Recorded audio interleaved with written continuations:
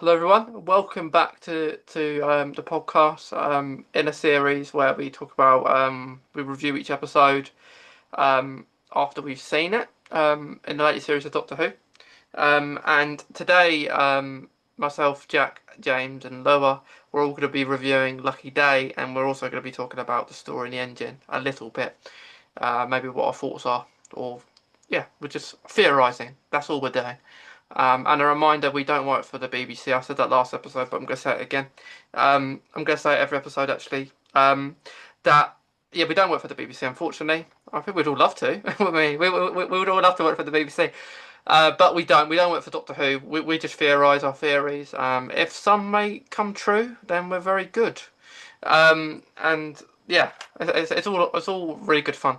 But yeah, well, we're gonna we're firstly gonna be talking about our thoughts on Lucky Day, um, and yeah, and then we're going to Storm the Engine and any theories that we have, maybe about Miss Flood or other characters that may come we may know a little bit more about now as the episodes go on. So as always, guys, we always start the episodes the same. I'm going to go to each of you in the order that you joined.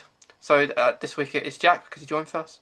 But yeah, I'm going to ask all of you if you do a little review each on the episode, give a rating, what you would give the episode out of 10. And yeah, and then we'll do that. So, Jack, if you start with you, what did you think of Lucky Day? Okay, so Lucky Day is written by Pete Matai. Last time he written an episode was during the Chibnall era. Very much a episode that I don't think was highly anticipated, but boy, this episode delivered. I love it. First of all, I'm going to give my rating. I'm going to give it a 9.5 out of 10. So, just to give some feelings on the episode is very much not what you expect. We're going to go down some spoilery details in a minute. But to give a non-spoiler review, so then everyone else gets their time as well. I love the episode. I love the message it was talking. I thought it had a good blend of the message and the story. Very much an unexpected Love and Monster sequel, which we didn't expect. Not a huge sequel, didn't connect very much, but loosely concepts are there. I hate with a passion Conrad, but all for the right reasons. And Ruby Sunday. Oh my God. Millie Gibson delivered in this episode. And in my opinion, and I think I think everybody might agree, is her best performance. She's been given a really good writing here. And I think the development of her mental health and how it's the type of episode where when you rewatch it again, you're going to see so much more details and how the seeds are really connected to a particular twist.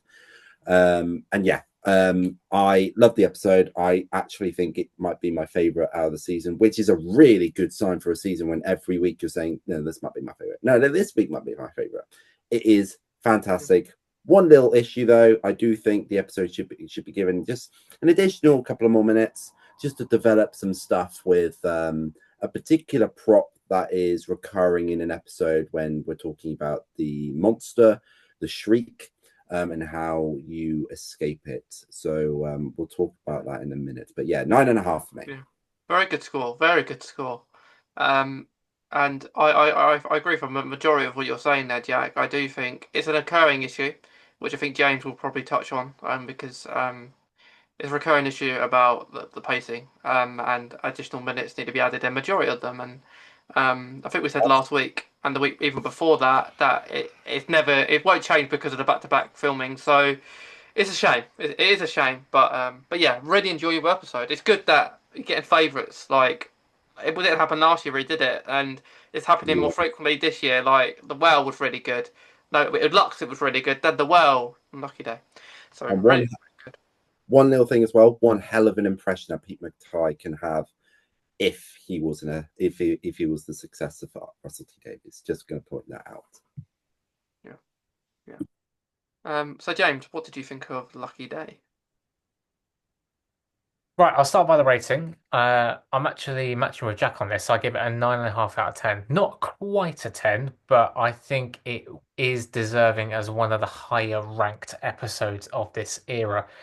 First of all, I really like I'm going to use the term contemporary feel to the episode. It was very now, it was very, I guess, topical with the whole idea of the think tank and the conspiracies and that kind of plot. So I really liked to see that come into a Doctor Who episode and see how the Doctor, or in this case, Ruby and Unit, deal with it. I was a huge, huge fan of the twist that came later in the episode. Because even though people theorized that Conrad was not necessarily going to be a good character, it was still very deceiving. I don't think it was a very. The two guys that were playing, that were masked up as the Shriek, were incredibly convincing. Nobody would have seen that coming. And I think that that twist was, for me personally, quite unpredictable. I didn't see it coming. Um, Now, in terms of Conrad, one thing I really, really like, and I think it's going to get mentioned a lot here, and it's the first time it's happened in Doctor Who in a very long time. I love the fact that we've got a character where the whole Doctor Who fan base comes together and really dislikes a character for the right reasons. This is a character that everyone is going to hate. This is a character that if we see reappear again later in the finale, everybody is going to be praying that he gets killed off. And I love that. I really, really like to have a character which when they return, we're like a bit like Professor Umbridge from Harry Potter. Like nobody likes that character. And I really, really because a lot of villains in Doctor Who are baddies, but they're not really disliked. Whereas this was a very unlikable character. And I really, really liked how that gripped you. So I really, really loved that. Um, as for the whole situation with Mrs. Flood, we're probably going to talk about it a bit more as well. But I think this adds another twist to who this could be. And as a result of this episode, more theories are starting to surface about who Mrs. Flood can be, or it might even be evidence towards theories that have already been brought to the table as to who Mrs. Flood can be. But I think one thing is absolutely certain is the fact that we are going to be getting more of Conrad, and he is quite likely to have a role in whatever comes in the finale and whatever the threat is. So very, very happy with that episode, and it is a common theme now with this season where the expectations weren't great coming into this season, but I feel like it the good content is being delivered. I feel like that we've gone in with low expectations, but what we've ended up getting as the output has impressed us a lot more than we expected, and I've been really impressed by that. Only criticism, which Jack mentioned, and is a very common theme in RTD too, is the pacing. They just quite a few episodes in this era has been missing 5 or 10 minutes just for the sake of a bit more like character building or like sort of backstory into the.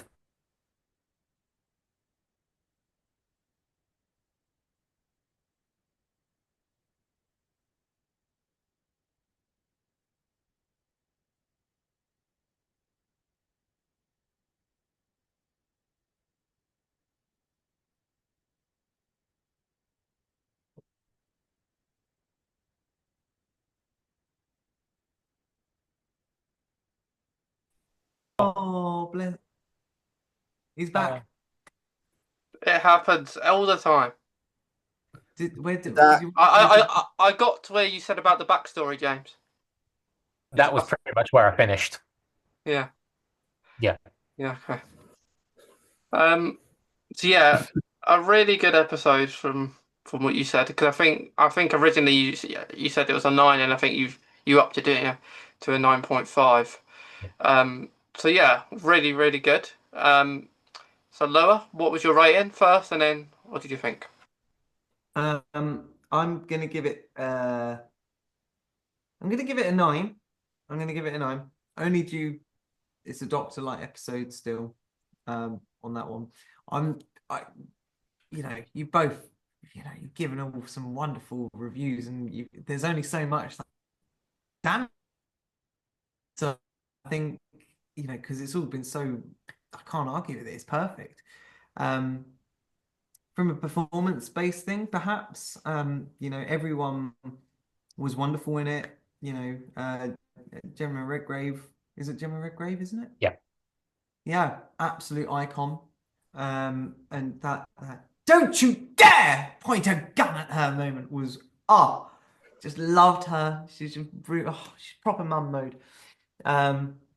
Always a pleasure to see Michelle Greenidge once again back as Carla Sunday, and we've got Cherry again. I just love them; they're so wonderful. They make the episodes so lovely and life affirming. Conrad. Now, I loved 10 out of 10 performance from him. I believe his name's Jamie. I can't remember the surname name. Jonah something. I think it is Jonah, yeah. Jonah, thank you. He's got like a triple barrel name. I feel so bad for remember. I had his name earlier. But he was new to Doctor Who.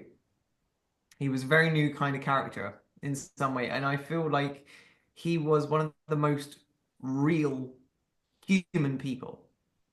Like there's a lot of characters in it when you watch the show and you think they're very human, but you still can see them being in the everyday world potentially. There still is something that's a bit too Doctor Who-y, a bit too fantastical about them. Like, some of the things that they say, even sometimes their performances can be a bit more panto-esque. Like, but with Conrad, he just gave it such a raw, natural performance. Like when he unveiled into the true terror that he was real. And that moment with the Doctor, the line, "What is this? An intervention to save my soul." A lot of characters, if they had the same kind of thing with the Doctor, they would have really got played around with that to try and mess with him. Conrad didn't have a time. He didn't give it a crap. Like, please forgive me on that one. I will only use one. I don't think it's that bad anymore. Terrible word like that for such a character, because he was evil. He was true evil. Like, what was the mum like on Midnight? Do you remember the mum on Midnight? Val. Val. She was. And the actor's name for Conrad is Jonah King. Jonah King, thank you. Jonah King, kudos to his performative ability, but played a devil. And I felt a little bit too well, actually. And I do think, can I go to Theory Corner quickly, perhaps? I'm very excited. Go on, Laura. I think there's a lot of theories that we can talk about in this episode. You are the king of the theories, so you take it away. A sentiment that I'm still trying to climb to on that one. I know that there's some top tier ones. Oh, you're already there. It's quite a simple one, but like obviously I've spoken to Jack about this quite a bit, and Lucky Day is a very mental health aware piece, and it is a piece that must be respected, and it is the true ethos is the humans can be the true monsters, and that's the thing that we have to respect in it. I do feel though, right? I don't think this character's going to be involved in Lucky Day. My original thought was somehow is secretly hiding in the background the entire time with Conrad. And I think the Trickster, because my masterpiece theory is that the Trickster is the true villain of season 1, season 2, and like will be hidden until the final moment. But I do find with Conrad's complexities, with his anachronisms and his thought pattern, he would be a true vestige, an apogee to the pantheon of Discord, like to the Trickster. If the Trickster wanted to find a human to, who was so clever, someone who could infiltrate unit, almost take out every leading person at the top of the unit. Do you not also feel like that would have? Why would Conrad want that? I just need to ask you. Like, on the whole height of it, like with his, conspiracy theories that he got so insane over, the fact that he was prepared to kill someone really shows you how far he was prepared to go. And that can go into mental health once again as well, where that goes into a very dark territory. One that we can't really fathom to think about that much. And it does go further as well with a certain topic with Ruby Sunday as well. Absolutely, quite right. But I do like the idea that, so this shows who he is as a person. So I think now the idea, I would like to see perhaps Mrs. Flood acquaints Conrad with the Trickster. I'd like to see something like that. That would be quite nice. But I do like the idea that Conrad did this all by himself and it was his true motive. But I do find it's interesting though, because if the Trickster was involved, perhaps at some point, and there is some evidence that I did mention in the bus stop. Do you remember the bus stop in the episode? Yes. Yeah. Mm-hmm. Yeah. So in the episode, obviously the bus stop flickers. Now that's a whole part of the village being rigged up, but it's so far before. So that seems like it could be something else at play potentially, because I mean the Shriek was detained. And the village obviously was rigged by think tank, but that part of the village probably wasn't. I just found that was a bit interesting. A very interesting little thing to play. But don't you think that is like at that part, if it's to do with maybe because Miss Flood, if we fling back to last series, Miss Flood knows what Sutek was going to do, and maybe Miss Flood already knows what's going to happen with Comrade. And what I do think could potentially happen with Comrade is that he gets upgraded, right? At the moment, he's just. I wanted to wait till I sprung this through right now, but I just want to mention it. Comrade is what the Roger from 23 Yards was, but they've just expanded Comrade, right? So they could have done this last series with him, with Roger from the 73 Yards episode. It could have been expanded, but what I think is happening with Comrade is he's just normal. He hasn't got anything about him. He hasn't got any supernatural abilities. So maybe Miss Flood already knows what the plan is. Comrade doesn't know that yet. So when he's let out of his cage, all hell will let loose with Comrade, and he'll be giving maybe a special ability to be in control of people. And that may make him a certain lord, or it could be something completely different. So he could be granted a body. Someone in particular might be granted a body of consciousness, which isn't isn't anywhere right now. So at that point, which you're mentioning, Loa, around the flicker, maybe that is because of Comrade in particular. It just hasn't happened yet, because a lot of that stuff in this episode doesn't happen at the right time, as we know. So right at the end, which I just want to skip to the end with the scene with the Comrade and the Doctor, which I love that scene. I've watched it so many times, and I had to make edits over it. It's so amazingly. Acting is perfect between Ncuti Gatwa. Ncuti Gatwa's best performance. I say this every week. I think we all do. We say every week Ncuti Gatwa's best performance. We said that in the well, and now look at that. It matches Dot and Bubble right at the end there. So what I think, because I was watching it with my dad, and I watched it with my dad, and then my parents, and then we watched it again.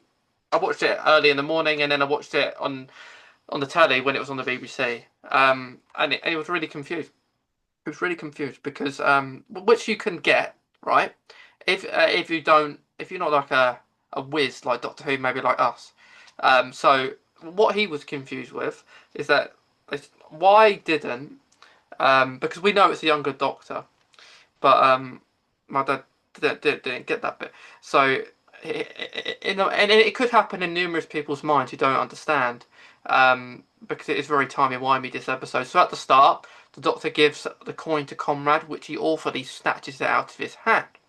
And then what my dad says is, well, he saw why is the Doctor saying he can't see Belinda when they met at the start of the episode when Conrad was a young boy. So Conrad's older now, so why doesn't the Doctor know? So in Conrad's mind, he's asking the Doctor that, not because I don't think he knows anything about it, he's just asking him because when he was younger, he remembers the Doctor seeing Belinda, like Belinda Chandra was with her. So I don't think there's anything on that theory. I do have theories about Belinda Chandra, but I do think that's genuine, asking the Doctor the question. And I think that Conrad doesn't realise he's speaking to a Doctor in a different point in time. So I believe this Doctor is in the moment of Devil's Cord. I think a lot of this episode is Devil's Cord, just after Devil's Cord. Yeah. So really, this episode is set prior a lot before the robot revolution. So it's set before the Doctor has even met Belinda. So which can be really confusing. It can be, can't it? Like it can be really confusing if you're watching the episode. And imagine a lot of people didn't watch last series in a sense, man. So maybe people just thought, I'll watch Start Noon now. So yeah, so it's really confusing, but it does build me on my fear of Belinda. But I'll talk about that a bit later. I want to add that as well about the timey-wimey aspect, because sometimes the show is known for it being a timey-wimey show. And I did think of this as well. And Lou, I sent you a message about that. I just noticed that when the Doctor meets Conrad for the first time, obviously that wasn't the first time he met Conrad. The first time he met Conrad was the ending, because obviously this was before he met Belinda. So he, at that point in time, hasn't met young Conrad yet. This is all in the past. This is a younger Doctor. In doing so, you're meeting someone who has already met the Doctor before, but the Doctor hasn't met Conrad yet because he meets Conrad for the first time as a kid, which then takes place for Conrad. And it's all timey-wimey, but my criticism that I moved on from, but the first thing I thought of, if that is the case, because obviously Conrad says, have you even met Belinda Chandra yet? And he says, who? Clearly that's a past Doctor. The first thing that pops into my head was, I don't know how many, young boys have names of Conrad. The first thing that I think of was, surely at the start, the Doctor would remember a man called Conrad, if that makes sense. But then when I watched it again today, ready for this podcast, I moved on from it because I thought, actually, no, it does make sense, because the Doctor at that ending scene could be interpreted all in his head, because remember, we never see the TARDIS materialize. We just get into a light that just appears, and then all of a sudden the way he goes back to his prison cell was literally a snap like that. So to me, you could interpret it that as it could all be in his head, or Mrs. Flood says, no, it was all real and all that. But the way it was filmed, the way it was approached, was almost like it was all in his head, especially with how the TARDIS was lit red. I will just add something onto that, Jack. I want to see that the lighting of the TARDIS again. I think that's the best way of it. I love it like that. It's the best. But I will just add, right? I thought this when it was happening, and I don't know if any of you clocked onto this too, right? How did the TARDIS fit in that cell? I thought of that actually, yeah. Mm. The TARDIS felt too big to fit in it, and if it did, why did the walls not break or like anything like that? He could have teleported him in, potentially. Yeah, you never really see the TARDIS materialize. You No. just hear it. So you can never know. It's one of those things where it's up to interpretation, especially when it's all about mental health and delusional thoughts as well. You never know, really. It's one of those episodes where people might interpret it as it's not as clear as like 73 yards. Well, 73 yards wasn't really as clear either,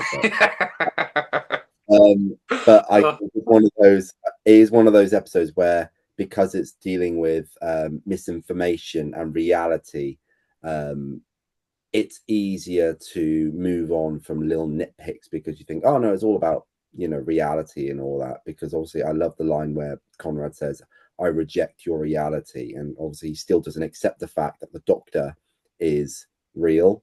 However, when you see a box dematerialize, how are you going to justify a realistic approach of it's not real? Do you get what I mean? He wasn't shocked, was he, when he went in the TARDIS? He He wasn't. He's one of those characters where you could either think, yeah, he knows this is real, or he just denies it. Do you get what I mean? He is one of those people in the real world where they know they're wrong. It is one of those episodes. Yes, I think he knows it's real, but he doesn't want to believe it's real, if that makes sense. Yeah. Yeah. So I'll give my overall thoughts on the episode. I know that I just focused on the ending now, but so I gave it a 10 out of 10. And I don't normally give an episode 10 out of 10. I have moved my well up to a 10 now because I thought it was only that one tiny little thing, and I do think that will be Miss Flood.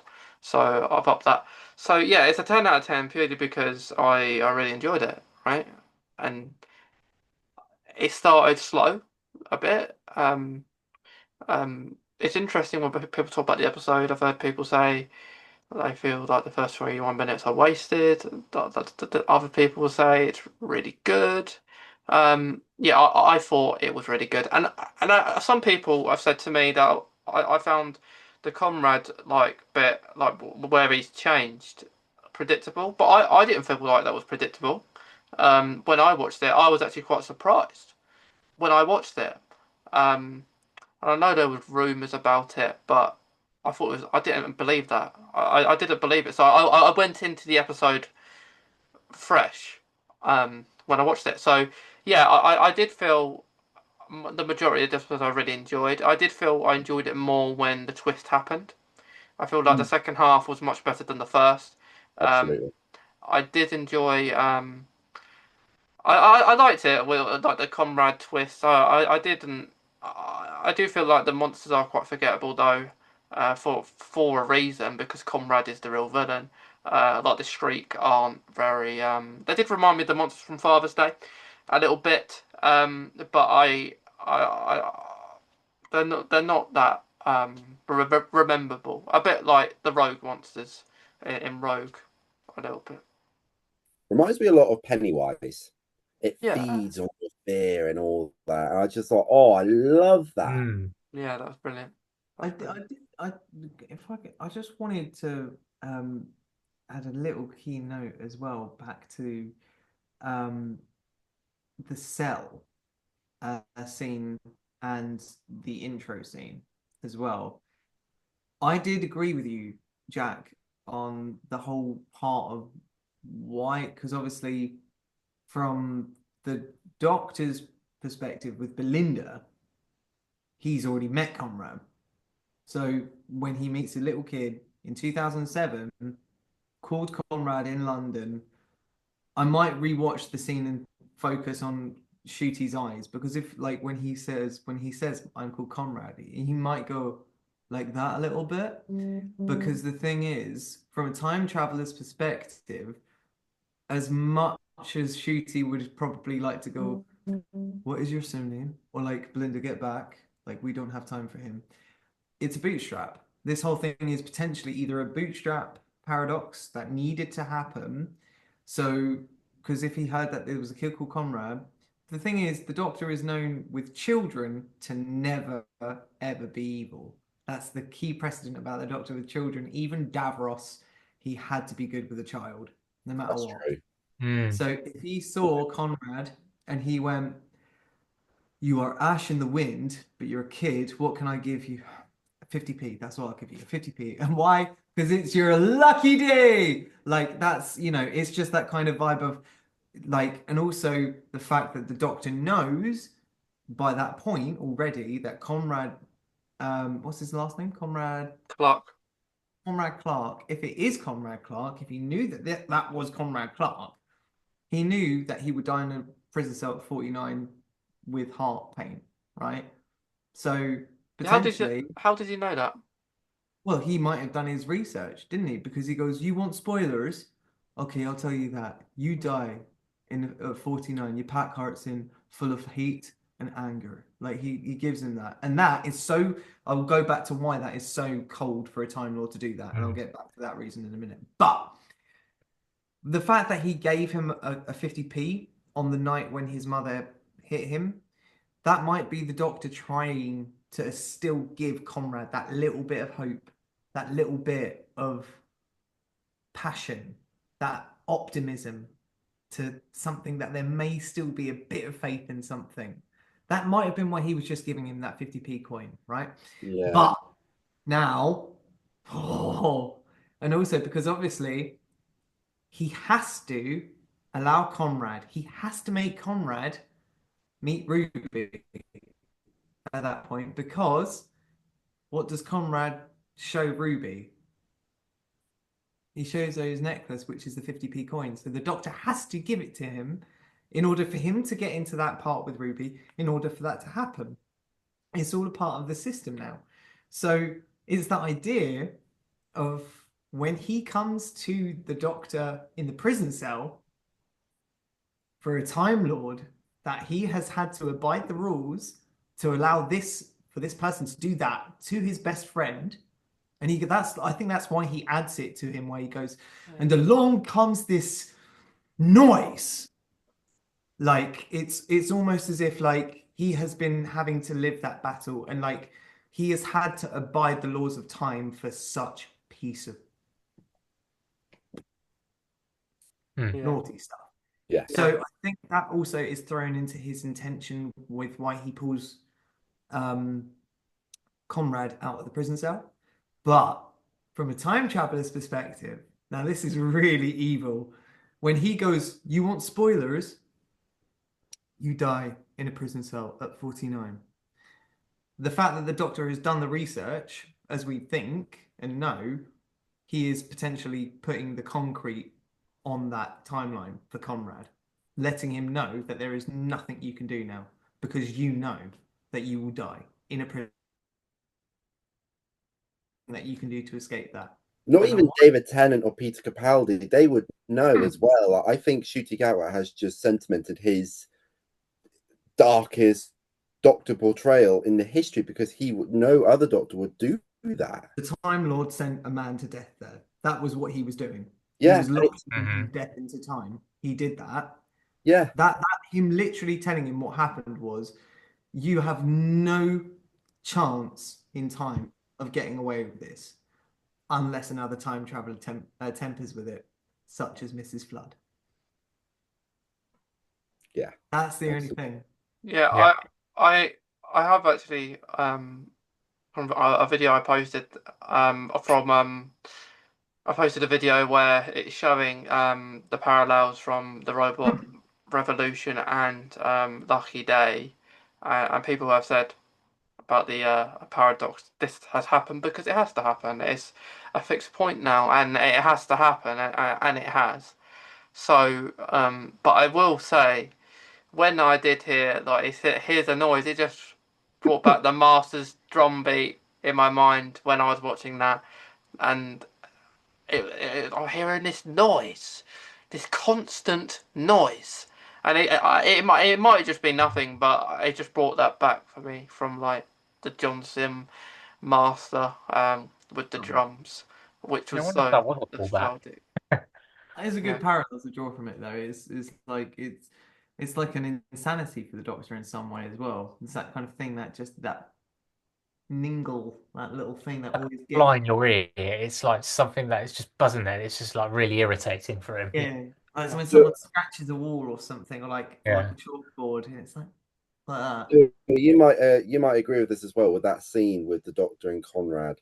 What I really found quite a shiver down my spine moment for Ncuti was that it started off was, he was on the other side of the TARDIS, like Shriek's back in his cell, you don't need no worries to thank me. He had this smile and all that, and he slowly went around the TARDIS, and he was just like saying, Conrad, you have to be invited in my TARDIS because yada yada yada. And then the more he was talking about it, the more anger he was fueling in himself.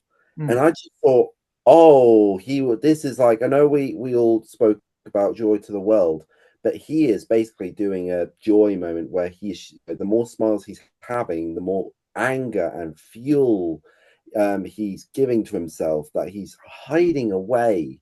Oh, And just I can chime in with you, darling, straight there. I'm so sorry to interject. Right. no worries. Right, we've spoken about this before. How does the Doctor fight every enemy? Universally, their one trait. What does the Doctor do in order to beat? Use the opponent's weapon against them.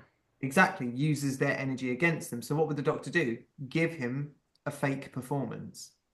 And that was what he was doing in some extent, where he's like, hiya, Shriek's back in its cell, don't you worry. You are special, but for all the wrong reasons. Because, Conrad, I am fighting a battle. Like he's smiling, like he's trying he's got his customer service smile Yeah. on and he's keeping himself together. But the truth is, Conrad, I have energy to burn. Like he is trying his very best to keep himself composed, but he just can't at the end of it. Because when he does that, you betrayed my friend. Like that when his eyes opened as well, I was like, oh damn. Yeah. Yes. Yes. Smashed that scene. There's so many layers of complexity. Jack, you wonderfully analyzed that. It's one of those moments where you as you said, as an actor yourself, you can learn about how you might smile in a performance, but what are you actually showing in that smile? And to me, as a director as well, you might not notice that on the set, but you might notice that more in the editing stage, and you might notice it so much more. And the Dutch angle as well, making the TARDIS this intense atmosphere, and the way that the red light was used was to me a sign of urgency, a sign of something's wrong here because we aren't used to seeing red light. Not even in Empire Death, the TARDIS was red. So to me, seeing red light, we will always have this sense of urgency and this sense of emergency as well. And seeing Conrad just standing there between the TARDIS door and the console, what's the first thing you're going to do as a companion when you walk past those TARDIS doors? You're going to keep walking. You're going to keep walking until you get to that console room with the Doctor. He doesn't. He is halfway through the steps and he stops and he stays. Can I just add? I'm very much on the notion he wasn't he didn't walk through the doors. I don't think he was there. I do believe that it was a we know that the TARDIS is telepathic, right? I think it was like either a short range kind of I'm still very focused on the notion because you said something very important. He says you have to be invited. He doesn't invite Conrad on his ship. It's like he extracted him from the prison cell, going, "You are an abomination. I am not inviting you to come through my front doors. You do not have that privilege. Thank you."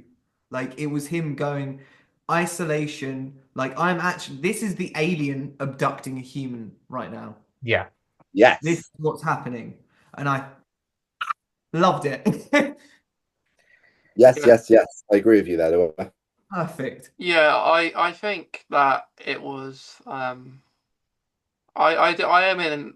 do think it did happen, like Miss Flood said. I do think that because we've seen it in past that the TARDIS goes around.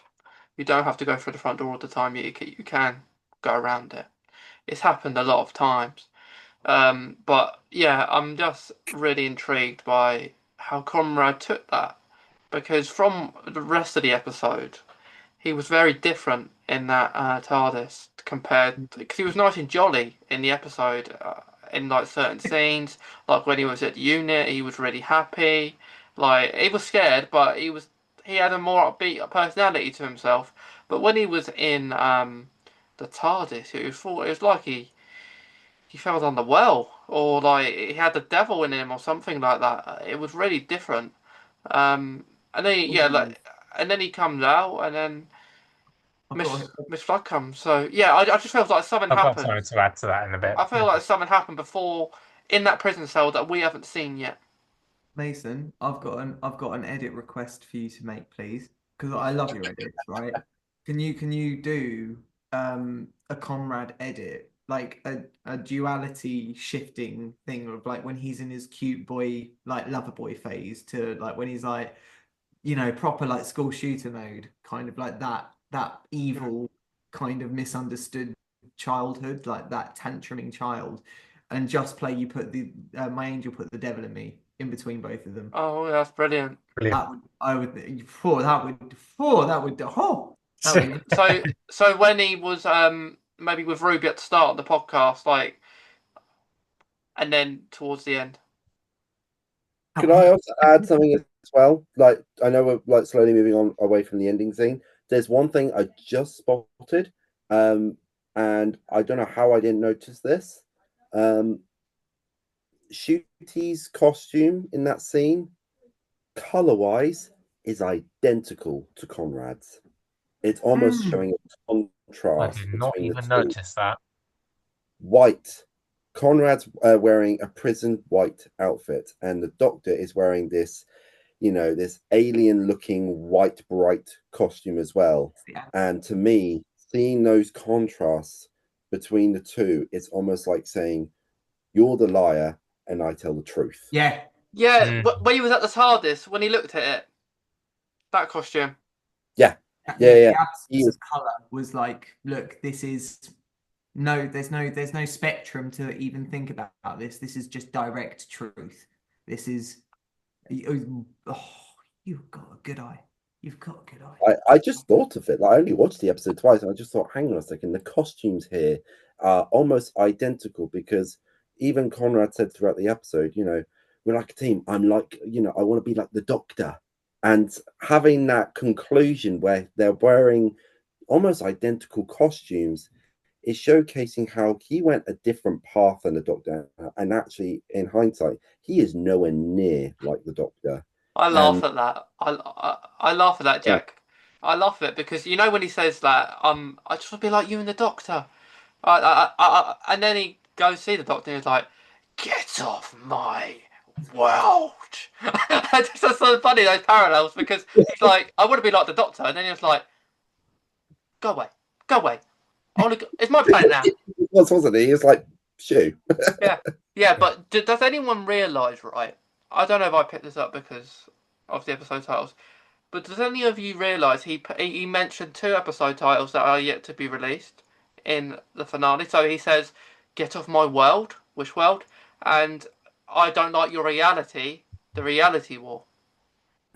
I do think that, and it kind of goes back to what I was saying earlier.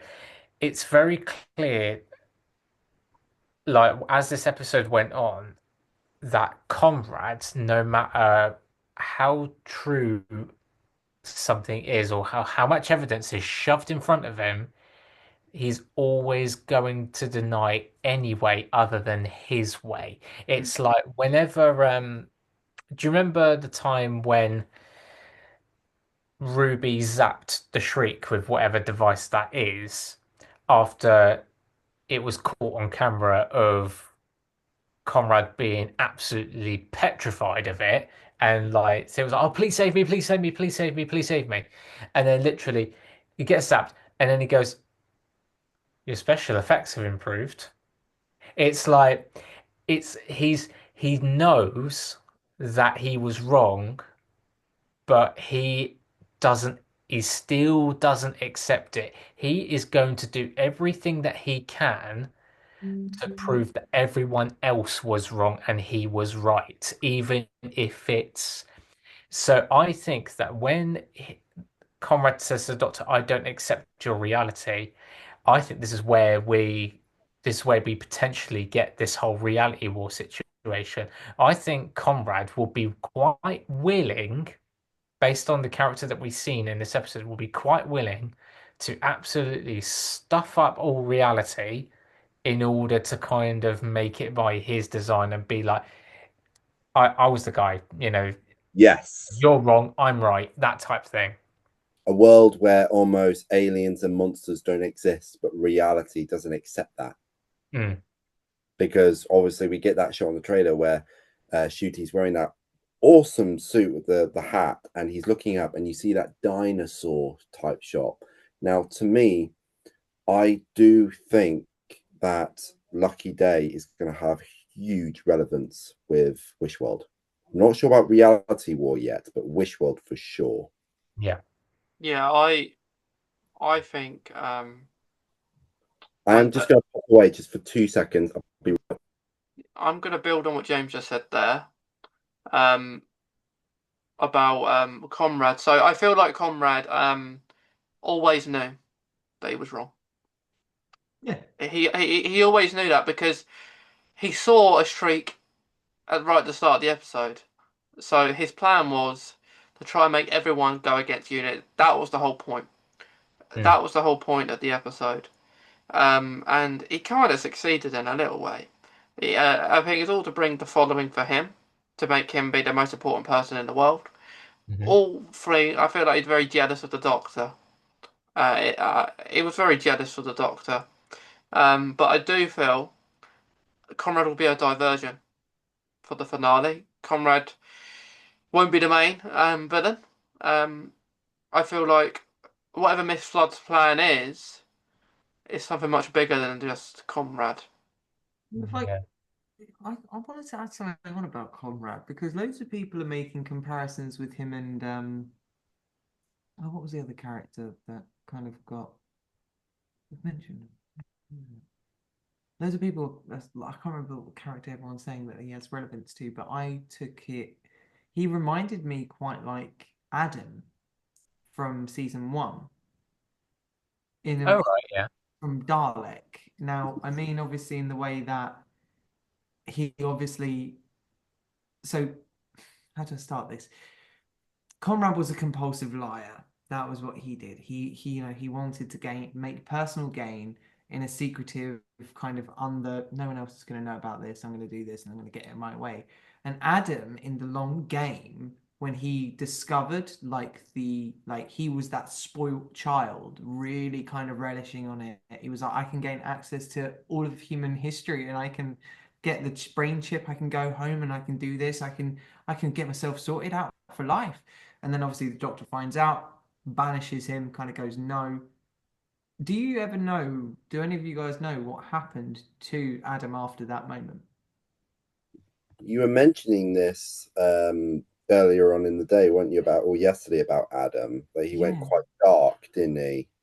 He goes incredibly dark in I don't know if it's it is some of the comics, but there's a storyline where he becomes, I can't remember what happens, but he becomes an incredibly huge threat for the Doctor.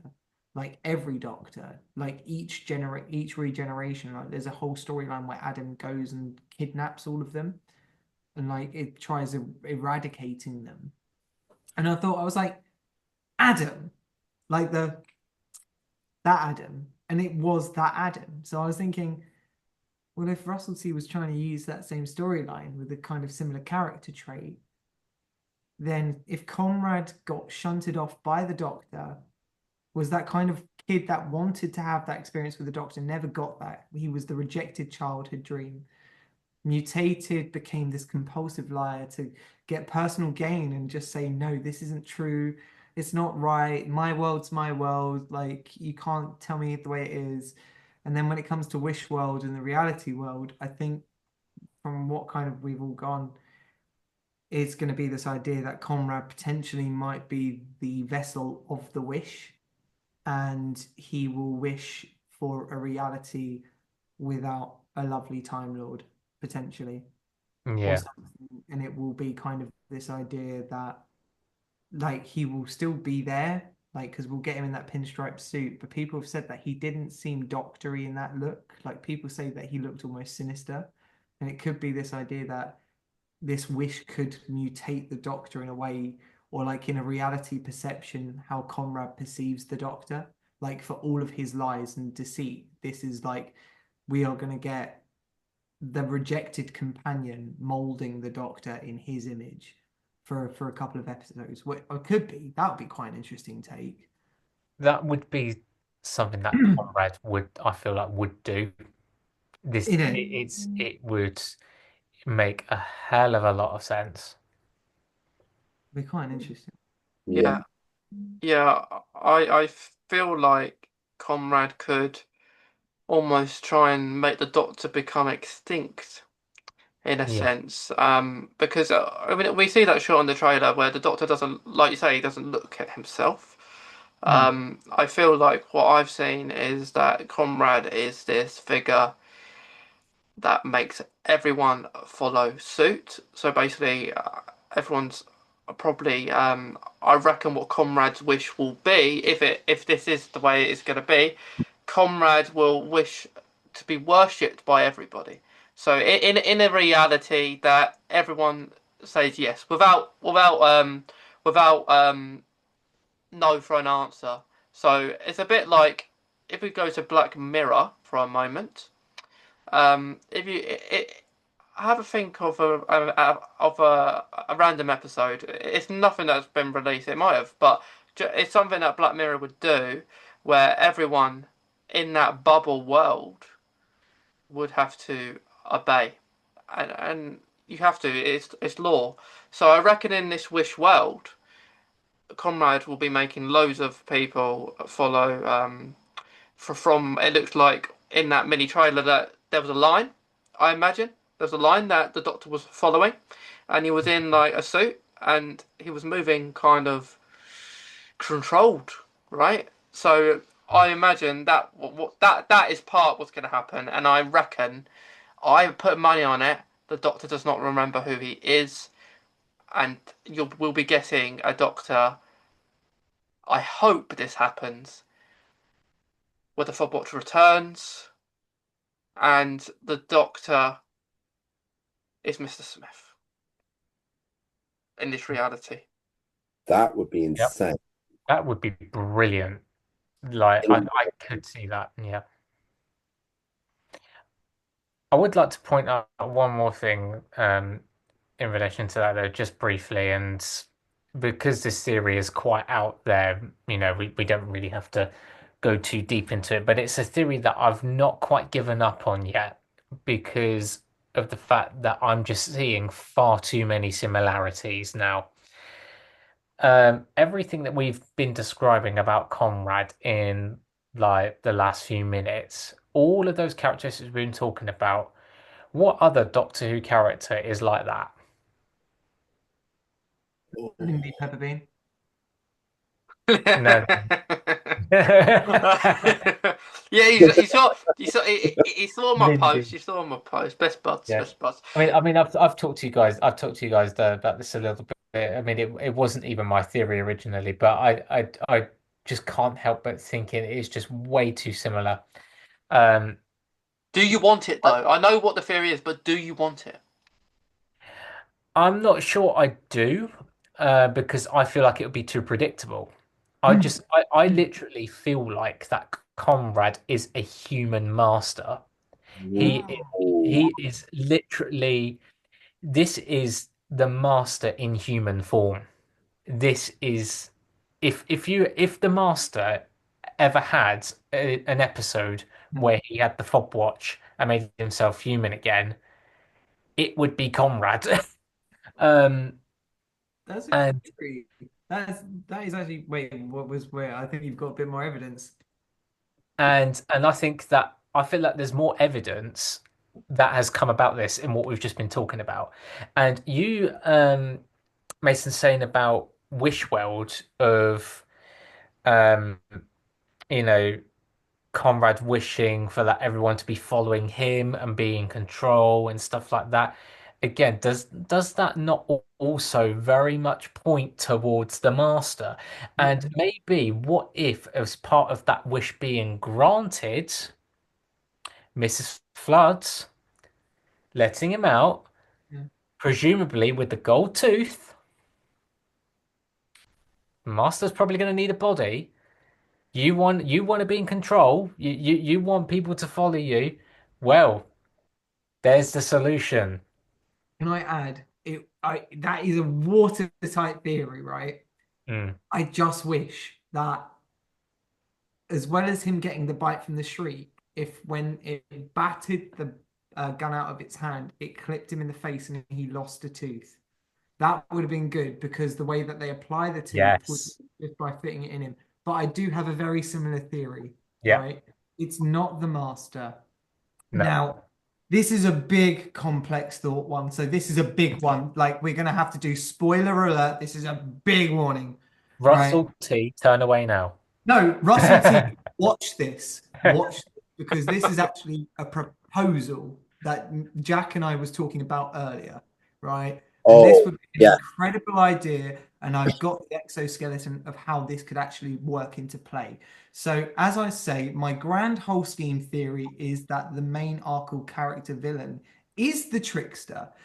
Now, the fundament for Conrad being relevant to the trickster in this theory is that obviously, so Conrad finds out in Wishworld potentially that he can make a deal.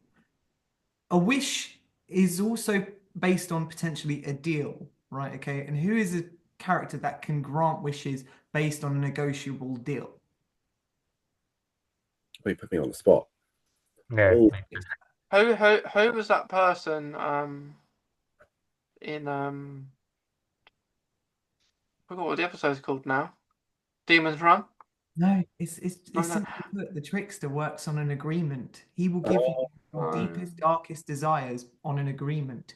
I will do your wish if you will make my agreement. That's his term. He will make anything happen for anyone. So if Wishworld is kind of his domain, like, and this is what we see, those like Black Mask people and the Bone ship, if that is his true domain, right, or his ship potentially, what we also have to thinking about as well, in my proposal, this is for Russell T Davies. Sunday is a special day for rest.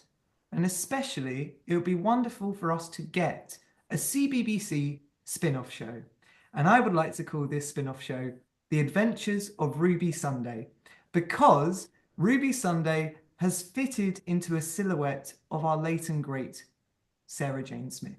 She has grown to be a strong, independent woman, and we have seen that. And also her costume, her fitting, she is being molded into the new Sarah Jane Smith. Like, we can see it.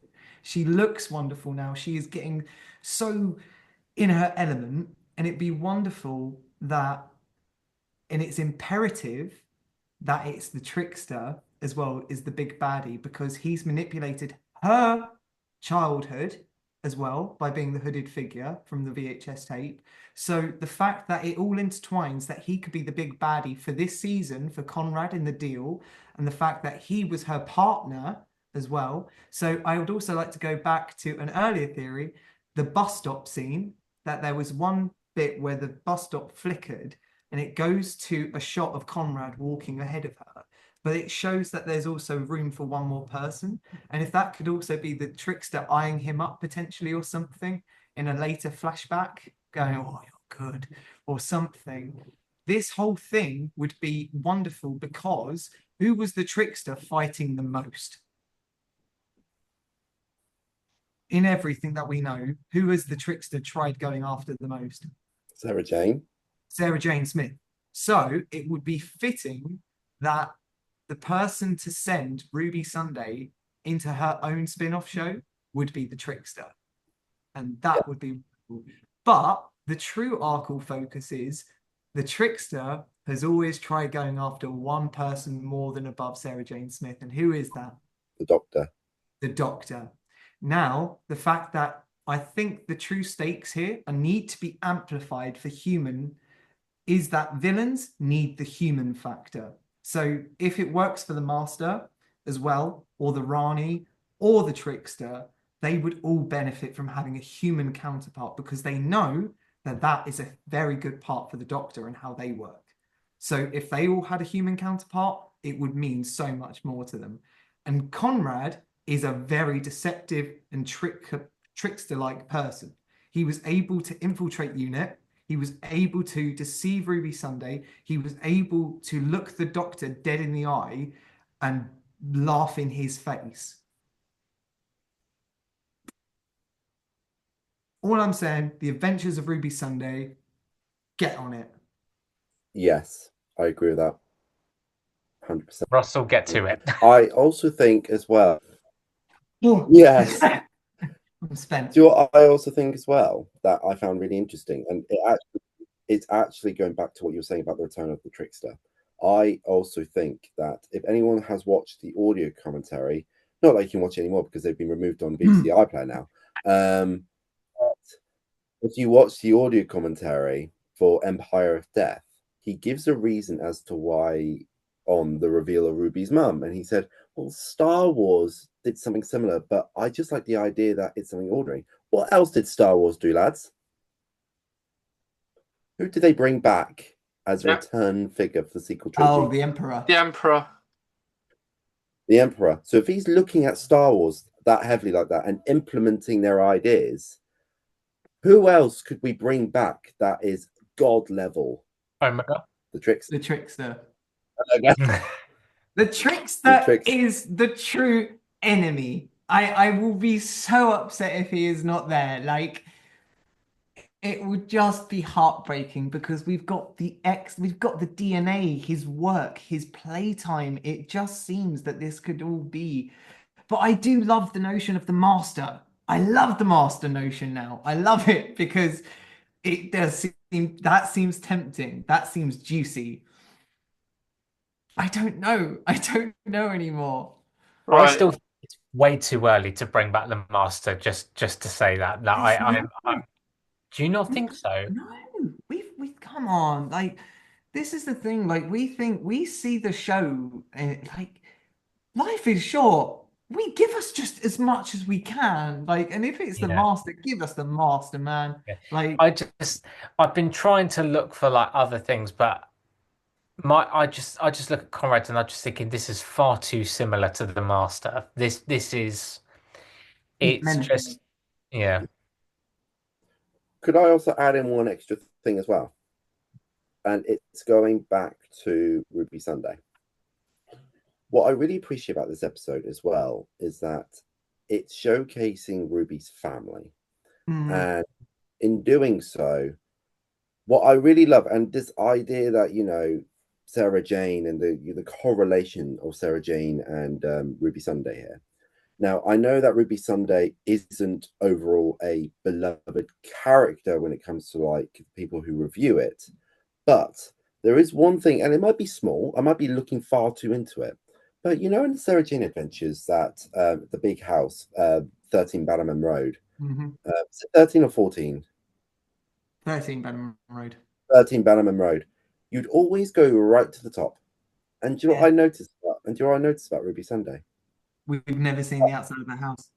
We've never seen the outside of the house, and also, she always. We have. Sorry. Yeah, we saw it in Treasure Road.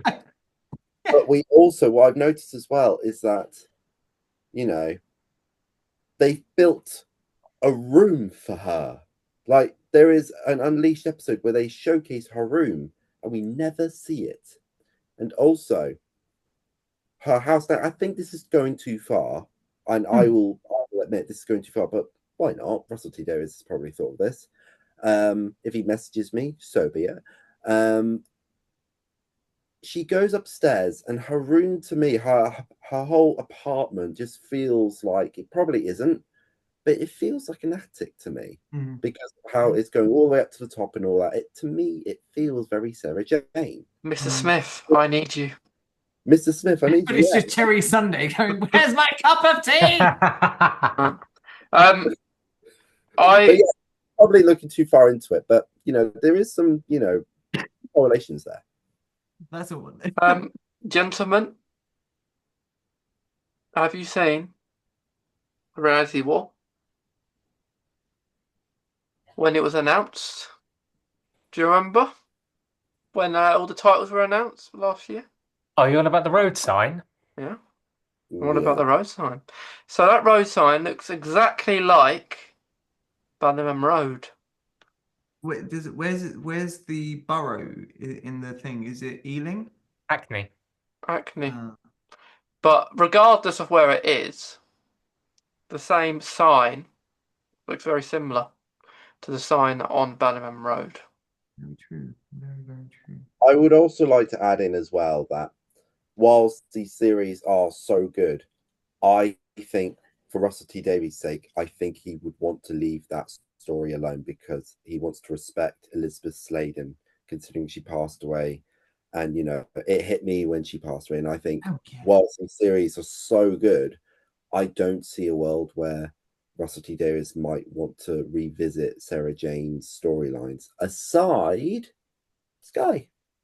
You know, Yeah, the Sky Threshold is that's quite a catalyst that could still blossom, I Oh, feel. yeah, I Uh, think I know the Tricksters and Sarah Jane Adventures, but they don't have to touch that.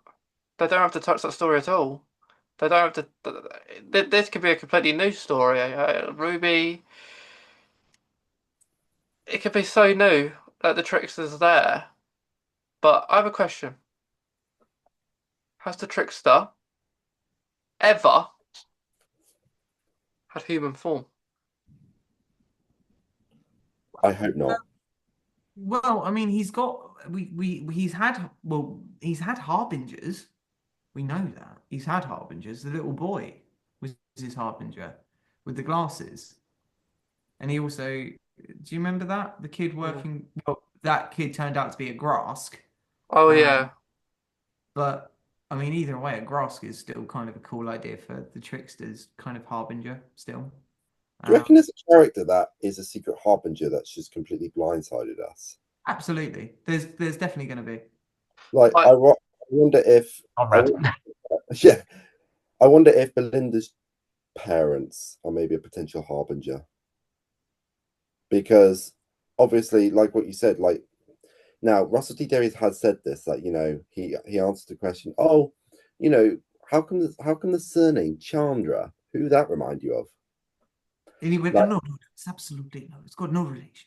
it's got no relations. And he said, oh, I'm just reusing an old surname. It's like, but yeah, but you know the fans. You know they're going to look into this. Like, heck, you even said that you had to make some form of correlations between Belinda Chandra and Monday Flynn. Hmm. So why would you? And he even said as well, I don't quite understand why he said this. He said about Alan Cumming. He said, he thought it might be a bit too soon to bring Alan Cumming back in on screen, but voice was fine. Like, I'm sorry, but who are you bringing back just a year apart? I do agree. But I do think there's nothing in it. No, I don't. I do. Like when he said that, I just. I don't think there is anything about Rani because that would just be bringing too much Sarah Jane Adventures into Doctor Who, and that was yeah, a good thing about Sarah Jane Adventures that they had the Trickster was the standalone villain. Hmm. So even if the Trickster is in Doctor is the villain, I don't think we'll see much of him at No, all. I think the only capability that we ever got of it's that migrating a character into another thing and respecting the late legacy that Elizabeth Sladen, rest in peace, left behind is obviously we don't want if the Doctor never had if we never had the wedding of River Song not the wedding of Sarah Jane Smith. Ah! There's so many weddings in the universe. But if we didn't have the wedding of Sarah Jane Smith, I think it would definitely be inappropriate that the Trickster was the Arkle character. It's fundamentally a key to a gate. It's quite pun intended there as well, because obviously the conversation that they have is about the gate. But it that opened a gate that meant that the Trickster can come after the Doctor. And as well, in previous episodes, he has talked about his absolute desperation to get after the Doctor. And the fact that we've had members of the Tricksters Brigade trying to make attempts on the Doctor's life in season 4, it does seem that there is the seedlings have been laid for a very long time, and Russell T always wanted to implement the Trickster somehow into the Doctor's life. Yeah. I agree with that. Yeah. This is why I'm so perplexed in this idea of about it being the Trickster, because if Russell T had one more like go in him, he would definitely not take that chance. No, he would definitely not want to take that chance. To throw the Trickster in the Whoniverse would be an opportunity of the gods themselves. It would seem like a travesty that it wouldn't, because this is the thing, despite the theories of obviously it being the Master, once again, I love that notion, but as we say, if we have had too many Masters at the moment and we want to give the Master a rest, we want to give the Daleks a rest, we want to give the Cybermen a rest, we want to give Sontarans a rest even, which I find is a bit of a ludicrous notion because we get Sontarans once every now and then nowadays. Like without Strax making his reappearances, it still would be minimal that we've had them. But if we're talking make a big character, someone who could be equally viewable as a threat to Sutekh, but still has that gap between them of respect, I do sit there and think the Trickster would be a worthy inclusion in this mixture. Because when you think whoever the big baddie is, they need to be more of a threat than Sutekh at least. And the Master doesn't seem like that to me. And that's the trouble here, because it has to be someone who is clever enough to outthink the God of Death. My apologies. I will say though, the way that they kind of, I don't know if it was intentional or not, but the way that they sort of created Sutekh and brought him into season 1, I even thought, I thought I thought that Lux and Maestro were more threatening than Sutekh. I mean, I don't think it was intentional. No, I think you're right, though. I think you're absolutely right. The fact that Lux was almost able to absorb the bi-generation energy. I mean, that was almost on. He was almost doing it. And Maestro did get a good stay. Almost got them locked in the instruments. So, and I just find that when we think about, we've had Mrs. Flood going trick of the light, and we've had that, and I think that's got to be why are we using the word trick? A trick. Yeah. Don't let me think I didn't notice that. And it's this idea that if there was some, once again, I still find the whole season finale about the Empire of Death, there is a secret layer of information that can be resolved there.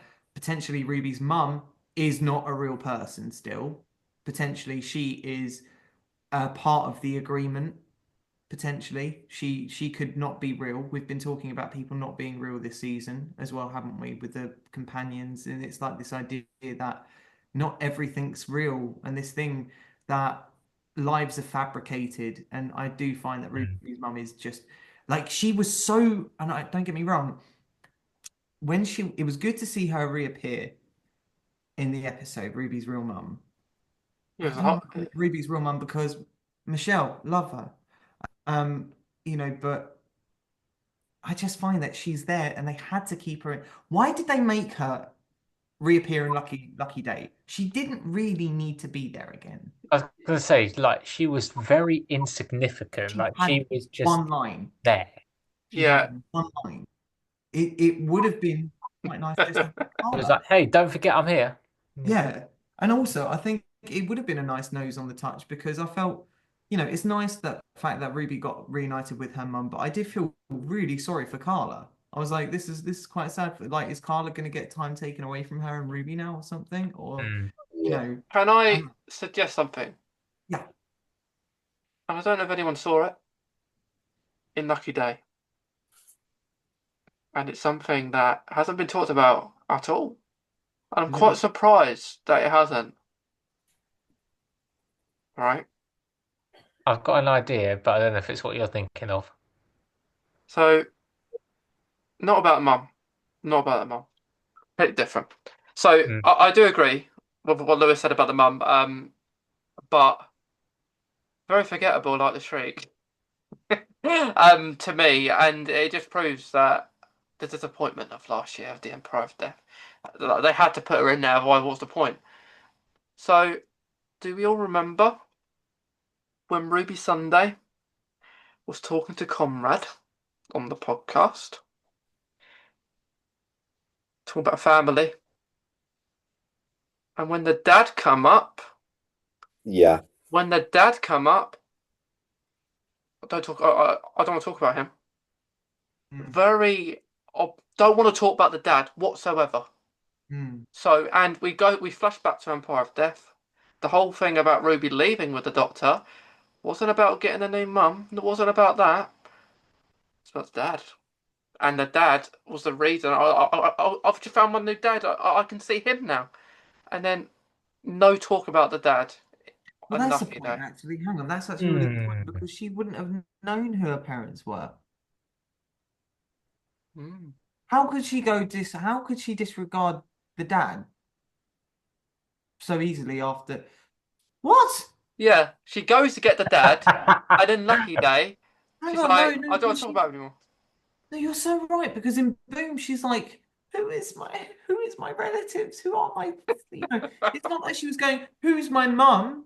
She was asking for who her parents were. So it's like the fact that she's just gone, oh, don't worry about my dad. Like, don't go, it's like, I think there's going to be more to the dad because I'm starting to notice something as well that when it comes to Mrs. Flood, that we haven't seen because obviously Mrs. is in terms of a title, she is engaged with someone, and I think we haven't seen Mrs. Flood's partner Other yet. half, yeah.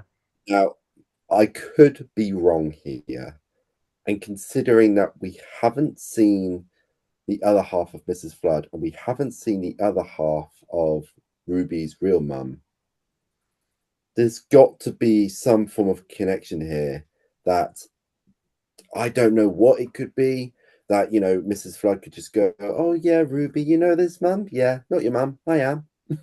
Do a Darth Vader Empire Strikes Back moment, or it could be a moment where like what you were saying, Lua, with Kronos, like Mrs. Flood and Conrad, with the keys and the gates, and talking about that, and also adding in elements of who Ruby's relatives are as well.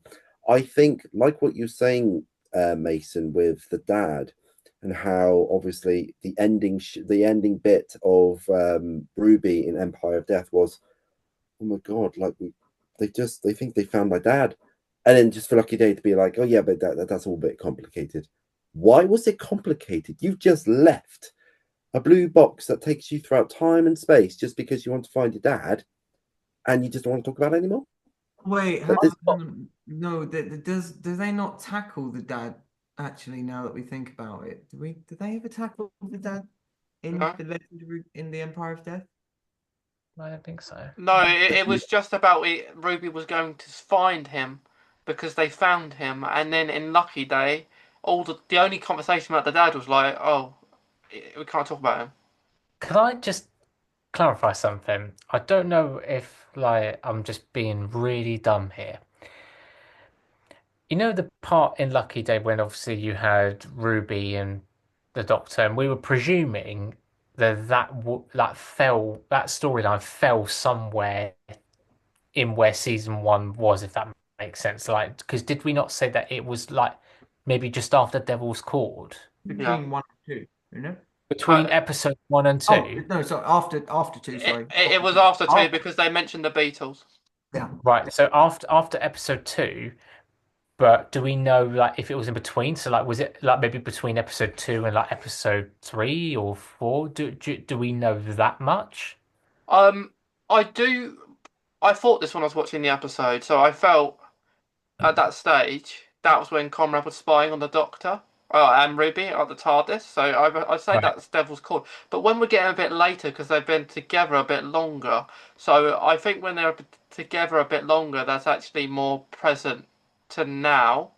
And then Right. towards the end, you're getting probably back to Devil's Cord again. So where I'm going with this is that if it's sort of in between, like where somewhere like Devil's Cord, that kind of thing, we didn't know anything about Ruby's real mum until Empire of Death. Yeah. So is there a bit of timey-wimey stuff going on there? Like, at what part of the episode again did we see Ruby's real mum? Like, I'm trying to work out where the timelines slot in now because it's like, do you see where I'm going with it? Maybe Yeah. in reality, that part of Ruby's life got taken away. Hmm. Perhaps. Well, Russell T Davies also said, going to what you were saying, Mason, as well. I can't remember how long ago he said this, and I think I said this as well last week, that he said that there's some form of timeless child area to develop as well, and to say that there could be some form of life that is taken away from Ruby. Well, that happened with the Doctor as well. This could add in room as well. Like what I don't know who said, about the fob watch. Like what you said about that, that will give a lot more room to say, hey, look, I think Jodie Whittaker said, look, I'll open this when I need to. This is probably the moment that he'll need to. I would love And that. I would. Yeah. If we do have that moment, and knowing Russell, he even, mentioning about the Timeless Child, and he even, what I do appreciate about that man is that he isn't like what Star Wars is doing and is retconning things that fans don't like. He will embrace it and he will add along to it, but also, tell his own story as well. So if he is going to do this through, and if he's going to mention, more Timeless Child stuff, I think we will be in, I think we'll be seeing an opportunity where maybe the trickster could be involved in the Timeless Child, because what did the toy maker say as well in the giggle? I made your life into a Jack in the Box or whatever. Did you like it? Do you get what I mean? Like I Make a think jigsaw out of your history. that's on. I think we'll be seeing it a lot sooner. That's all I'll say. Who? Timeless Child. I think we'll be seeing it a lot sooner than you think. It was supernovas. I turned galaxies into spinning tops. I gambled with God and made him a Jack in the Box. Which I God? did a jigsaw of your entire history, Doctor. Did you like it? He's acting again, guys. Doing it again. I'm just sorry. Yeah. I do find it's gotta be the trickster, man. It's gotta be. Could we also talk about something that we haven't spoken about, because we also been talking about the theorizing stuff? I just want to have an appreciation moment over how they tackled PTSD. Yes. And how they because we haven't spoken about this yet. The way that they talked about this was so, it made me just appreciate how they tackled this. And on rewatch, how Conrad mocked this and how she opened up and trusted him to talk about how she's in shock. Everything that she went through last year wasn't normal, and how he mocked her for it. The way PTSD was approached, and how Kate Lethbridge Stewart as well said, when you're ready, I'm here to talk. That is beautiful. It was. The way they did this. Yes, Lua. I've just realized. Oh, hang on. More theories. No, because I was thinking when you was talking about the PTSD, I was thinking about I thought about him in the prison cell, just that shot, and then it just gave me a bit more cementing for why. Right. Either maybe Mrs. Flood is like, I don't want to say the trickster's wife. I want to say the trickster's wife, but I feel like she might be kind of like what lies underneath the tricksters. Like as we know, he embodies multitude, so like he could be under the veil of his chest or something. Like she could be like what pops out and has fun or something. And right, it's imperative that Mrs. Flood showed up to Conrad. It's imperative. when did she show up? It was the moment that the Doctor left, right? Yeah. Right. Mm. The governor. Why? No. This is more of a reason for it to be the trickster, right? Or someone doing the trickster's work on behalf of, aka Mrs. Flood. So I'm still theorizing Mrs. Flood is working alongside the trickster. Because when does the trickster show up? Like to you. If the trickster was going to pick you out, if he was going to choose you, what reason would he choose you? When you What? die? Yeah, when you die. When you are on the point of, like, death is inevitable, right? So obviously the Doctor says to him, you die in this cell at the age of 49. Your death is fixed. You are irrelevant, essentially. Never thought that. So maybe that is where the trickster was enabled to go, we have an opportunity. Like, make an agreement, get him to me now or something. So like, And what you noticed as well, Lou, as well, that there's been twice now. Let's say this is, all leading somewhere. This is the second time where the Doctor's made a mistake that is leading consequence. For example, the well. Last week, he said, "Oh, what do you do when you guys shoot this and shoot that? What do you do when the only thing is behind you is you?" You thought, actually, wait, hang on a second here. You just caused a huge life risk where you could have duplicated. If that is, the same pattern that is happening, I think we are seeing an aspect of the Doctor where he is making a lot more mistakes. And I think he's not watching where he steps. And the 14th Doctor, on a landmine, and then he stepped on a fairy circle straight after. I will say that this is a big thing about this new era that I am really, really liking, and I think maybe that previous eras were lacking. Especially in Jodie's era, there were too many times where I felt like the Doctor just fixed everything far too quickly, could not do anything wrong, and was just kind of like this inevitable, easy to solution to all the world's problems, and everyone lived happily ever after. I really like the fact that we're starting to see a version of the Doctor that maybe isn't perfect, is actually causing a lot of like disturbances or like making things worse somehow.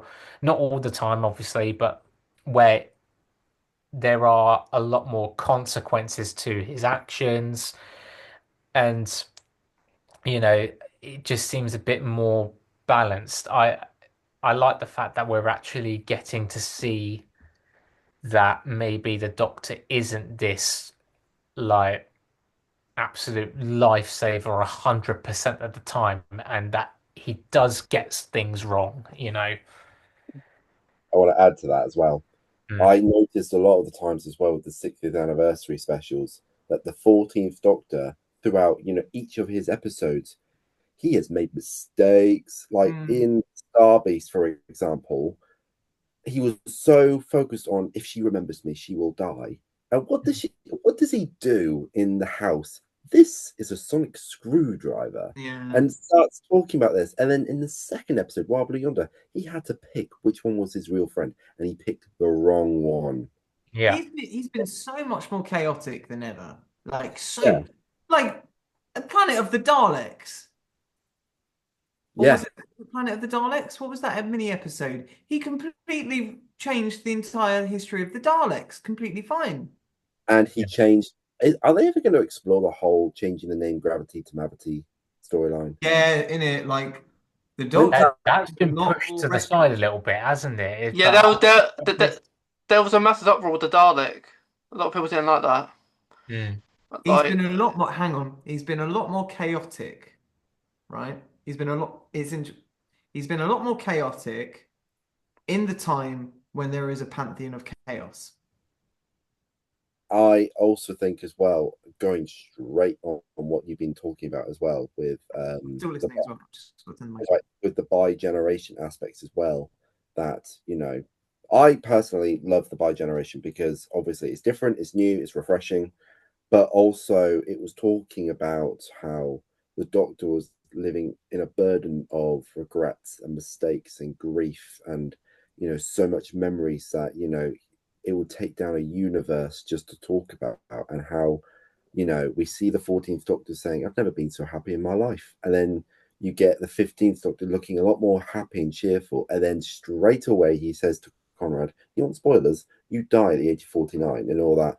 That is the darkest thing the Doctor has ever said, and he has made so many mistakes along the way as well. I'm trying to think of other things as well. He's risked Ruby's life in the third episode as well. He stepped on a landmine because he was running. Maybe that just because Stephen Moffat wanted to showcase that he's always running. He But was happy for Linda to get shot as well.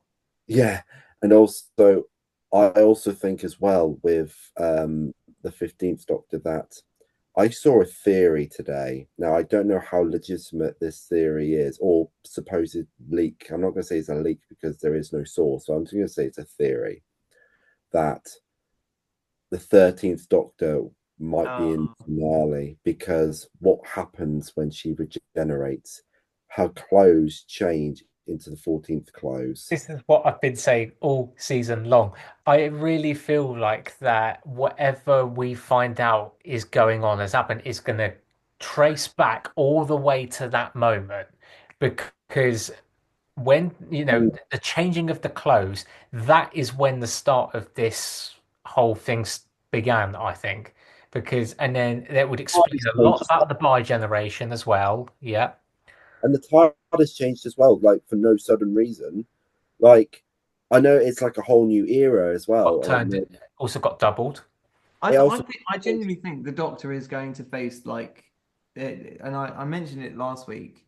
I think the Doctor is going to face the placeholder of destiny at the end of this season or something. This Yeah. be the thing, the person that was entwining him and Donna and Wilfred all of this time, the thing that was driving him and everything that he's almost been destiny, like the changing of the clothes or something that seemed like there's a greater power in the Doctor's life. Yeah. I feel like he's going to meet it soon. I have a theory, and it's about the whole of this series. Ooh. So I think when promoting this series, they said every episode's really different, didn't they? Like each story is going to be completely different. So what I think is, I think every story is a different reality. So every story is set somewhere completely new and completely different. And I think the whole of this series is a dream. And it's the reason they can't get back to Earth. So the reason they can't get to Earth because they're not real. The Doctor isn't real in this purpose of reality. Belinda is just not real either. No one is real. And it all seems very dreamy, doesn't it? All of these episodes that we're seeing. Like, Conrad, he seems like he's just woken up after coming back from the TARDIS. He feels like. And yeah, it feels very fairy tale in a way. You did say it was all by a child's design. Yeah, there's an episode called Wishworld. There's an episode called Reality War. Wishworld is very, like you say, childish. A child. So I do that's a possibility. 'Cause I do feel like the world was set in a different Earth that doesn't never heard of the Earth before. I don't think that's that deep. That they say, oh, look, it could be. It could be. I could be wrong. But I feel like that would be a nice concept, especially leading into the finale. But with Belinda Chandra, I do feel like I remember, I think I said last week that she will be connected to Ruby in some way, but I don't think they're ever going to meet. I'd be surprised if they do. I don't think they're ever going to meet. And I would like them to meet, but I don't think they will. I think Belinda will be a very interesting character coming to finale. I also think as well that they've got to have a satisfying justification as to why this particular thing in last season was referenced a lot. I think that we are also going to have some reasoning as to why Susan, the granddaughter of the Doctor, was mentioned a lot, because that was an awful lot of referencing as well. Yeah. I would be really disappointed if this season doesn't at least have some reasoning as to why Susan, especially at the ending, like saying when Ruby was saying, "Will you ever meet your granddaughter?" Maybe one day. That feels like a foreshadow. Yeah, So it does. I If don't it- see why that wouldn't happen. If Susan doesn't appear, if she doesn't, or there's not even, like you say, a revolution, I do feel like that's not nice on the fandom. Especially to those people who were there from the very start or have watched all the episodes. So, because you're referencing a really iconic character, if it was someone different that maybe isn't like the first ever companion, it wouldn't really matter, would it? It'd be like, okay. Let's say if they done it to, I don't know, let's say Mel, and let's pretend Mel didn't appear and shit. I was like, oh, Mel. It's like, okay, that's alright. But speaking of Mel, I think that's a set up to wall between the land and the sea and Lucky Day. The way she was mentioned there, I think it was a sneak. Yeah. It was very sneaky. You got to be ready. You got to The already harbour? notice it. Is it the harbour reference? Yeah, the harbour. I reckon they're just looking at the sea devils there. Yeah. I You, reckon you that- reckon that's just a little yeah, peek I, of, yeah, yeah. and I reckon unit. You'll see a lot more down there. Like where she Kate looked at the streak. At the streak, I reckon we'll see more in the headquarters. I think Uh, so. Can I also say an appreciation thing about there's a thing I want to talk about as well that I mentioned earlier today.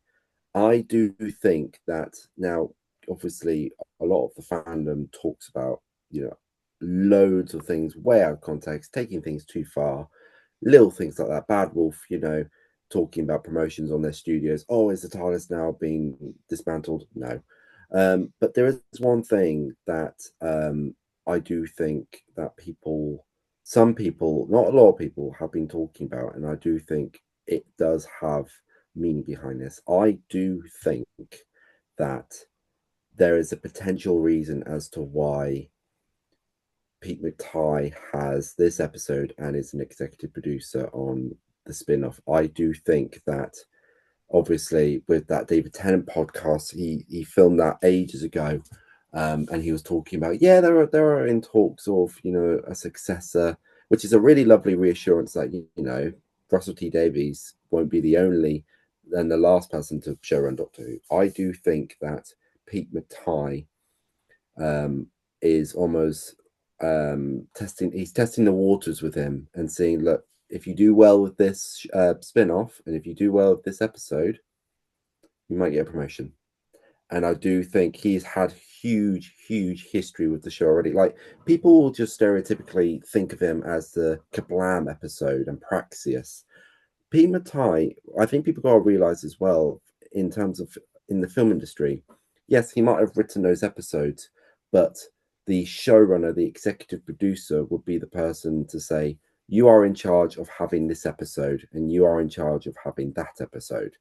And in doing so, obviously the writer gets the hit with the overall quality of the episode. And I don't think that's Pete McTighe's fault, considering of how well this episode has been regarded in this episode with the fans. I think that is a huge win for Pete McTighe, and I think that's a point to him.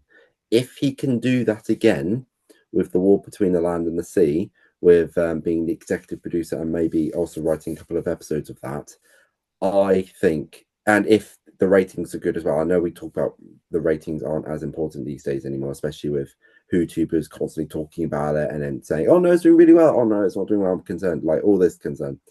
If, let's say, he gets a double whammy and not only are the ratings quite good, but also the reviews are good, if I was Russell T Davies, I'd be thinking, hey, Pete, I could see that, you love doing these collection writings for the show, for the box sets, and I can see you're doing really well for the show here. I have an offer here.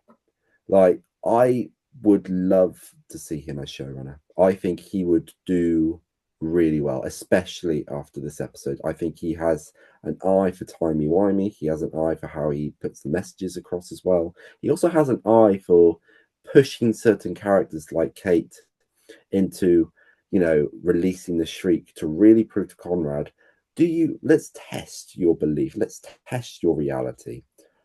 And lest we forget as well, he is the one that wrote that beautiful ending with Conrad and the Doctor.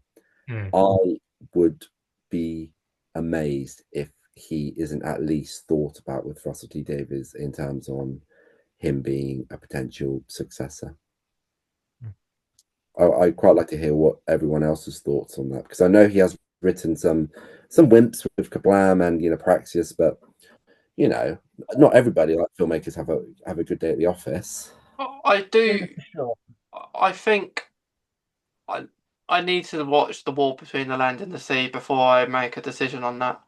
Yeah, I was going to Because say as well. I can't say a person write the Doctor Who from one episode that I enjoyed.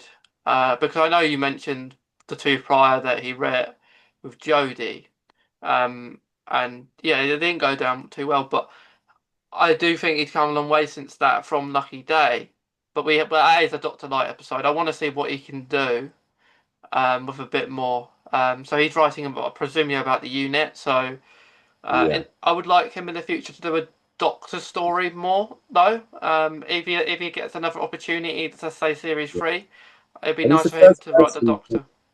He's the first person. Sorry, he's the first person as well to reference Cyberman and the Sycorax in this era. Yeah. I did find that quite random, though. That was quite random. Yeah. A Yeti's underground as well. I thought, will fans get that one? It was crazy, wasn't it? Because it was weird because in 2007, that was around the time the Sycorax came, wasn't it? So when he was a young boy, Conrad was a young boy. That's when it would have happened. So that was a nice reference. So I enjoyed that. Yeah. What do you think, Lua, on what I've said about a potential successor for RTD? I mean, it's a good notion for Pete. I mean, but he's got a good aesthetic. I mean, Kablam was it was an imaginative idea. It was good. Praxius was also quite a good notion. Not the best out of the three. I think it would go Kablam, then no, Praxis, then Kablam, then it would go to Lucky Day at number 1. I do feel like we might need a bit more of a track record from him. Just a bit more kind of like turf on the ground, just to test the water first. But I could see him being a good candidate. I can, going from what we've seen, and if he keeps it up, absolutely, yeah. I could see him being a good gambit. Yeah. Little part of me does kind of sit there and think, though, like, I don't know. I'm more. I do like him. I do like him. I do. I don't have any issue yet. It's just I think it's that idea of obviously we need to, we've had Russell T, we've had Stephen Moffat, and we've had Chris Chibnall, who will be the next big one, and that is the scary question of it. Like we've got a new writer with the story in the engine, and he's too a Doctor Who fan. Which brings us on to about actually, we're just going to touch a little bit on it, or maybe 10 so minutes, because there's someone I want to bring up about that particular episode. But that the person who's writing it is actually in the episode. Yeah, he's going to appear in it. So there are numerous writers that could be a candidate. I do think Pete is a good candidate, but like that's been mentioned, we just need a little bit more. We've seen more that maybe we wouldn't like from him than that we would, and it's not a good sign from previous. So we could all write a good episode, but we just want that consistency, don't I we? think what we've got to be. That's what we need.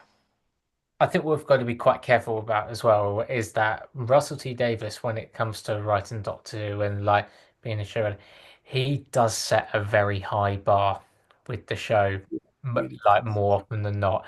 And whoever comes in to eventually replace Russell T Davis is gonna have to be so, because I remember when Russell T Davis left the first time, and obviously that was at the same time when David Tennant left, and we got Stephen Moffat and Matt Smith. There was huge question marks as to whether it would ever sort of maintain the excitement and like the form it was in at the time.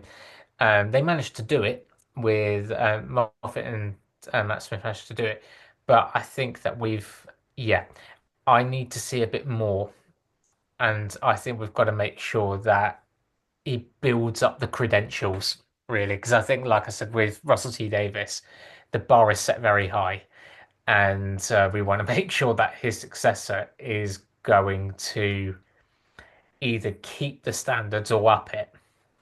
I agree with that. He Yeah. treats it like a kingdom, doesn't he? Mm. I do think if Russell does leave, he'll still be there, like an observer. So whoever comes in, he'll be observing. So he won't go completely. But I just want to read the next episode because I think we've talked a lot about Lucky Day. I just want to touch on the story and the ending just quickly, just the description, and just say we've got any predictions for it. So the bio, oh, I don't call it bio, do we? But the synopsis of it says, in Lagos, the mysterious barber with a capital B reigns supreme. The Doctor discovers a world where stories have power, but can he stop the spider and its deadly web of revenge? So just a quick prediction for that. I do think the barber could be someone else. He's got a capital B, so that it maybe applies. And maybe I know. What's been rumored for this episode is that the barber is the barber is a new Time Lord, right? I see where you were going with that. A I barber like is a it. new It's a Time cool Lord. notion. It's very interesting because it's a capital B. Barber isn't a barber, and in the trailer, if you watch the next time trailer, it says I've been expecting you. So it's what we think. Would we like that? A new Time Lord called the Barber? Well, we've also got to take into consideration as well when it comes to the next time trailers, they can also be incredibly misguided as well. So when he says, I've been expecting you, that could just be a cold open over apparently the 15 missing people as well, which is part of the reason. That's not a spoiler, that's in the trailer where Belinda says, you're the 15 that went missing. That could be an aspect as well. If the barber turns out to be a Time Lord, how could a Time Lord have the ability to have a connection with a huge spider? That's what I'm considering. And isn't this the one? Now, my apologies if I mispronounce this, but is this the one that apparently is a Greek mythology over Anansi or This something? is my theory. That's what I'm hearing. So, can I just ask you? I've got I don't care who says this online. They saw the video and people have been putting it on. Like, I've seen it. I put this theory on March the 3rd, and it was I did the research into literal like the history of Anansi, and I did this wonderful theory about it. It's got to be an answer, and I feel like the barber could be the bipedal humanoid incarnation of What is Anansi? Can I ask?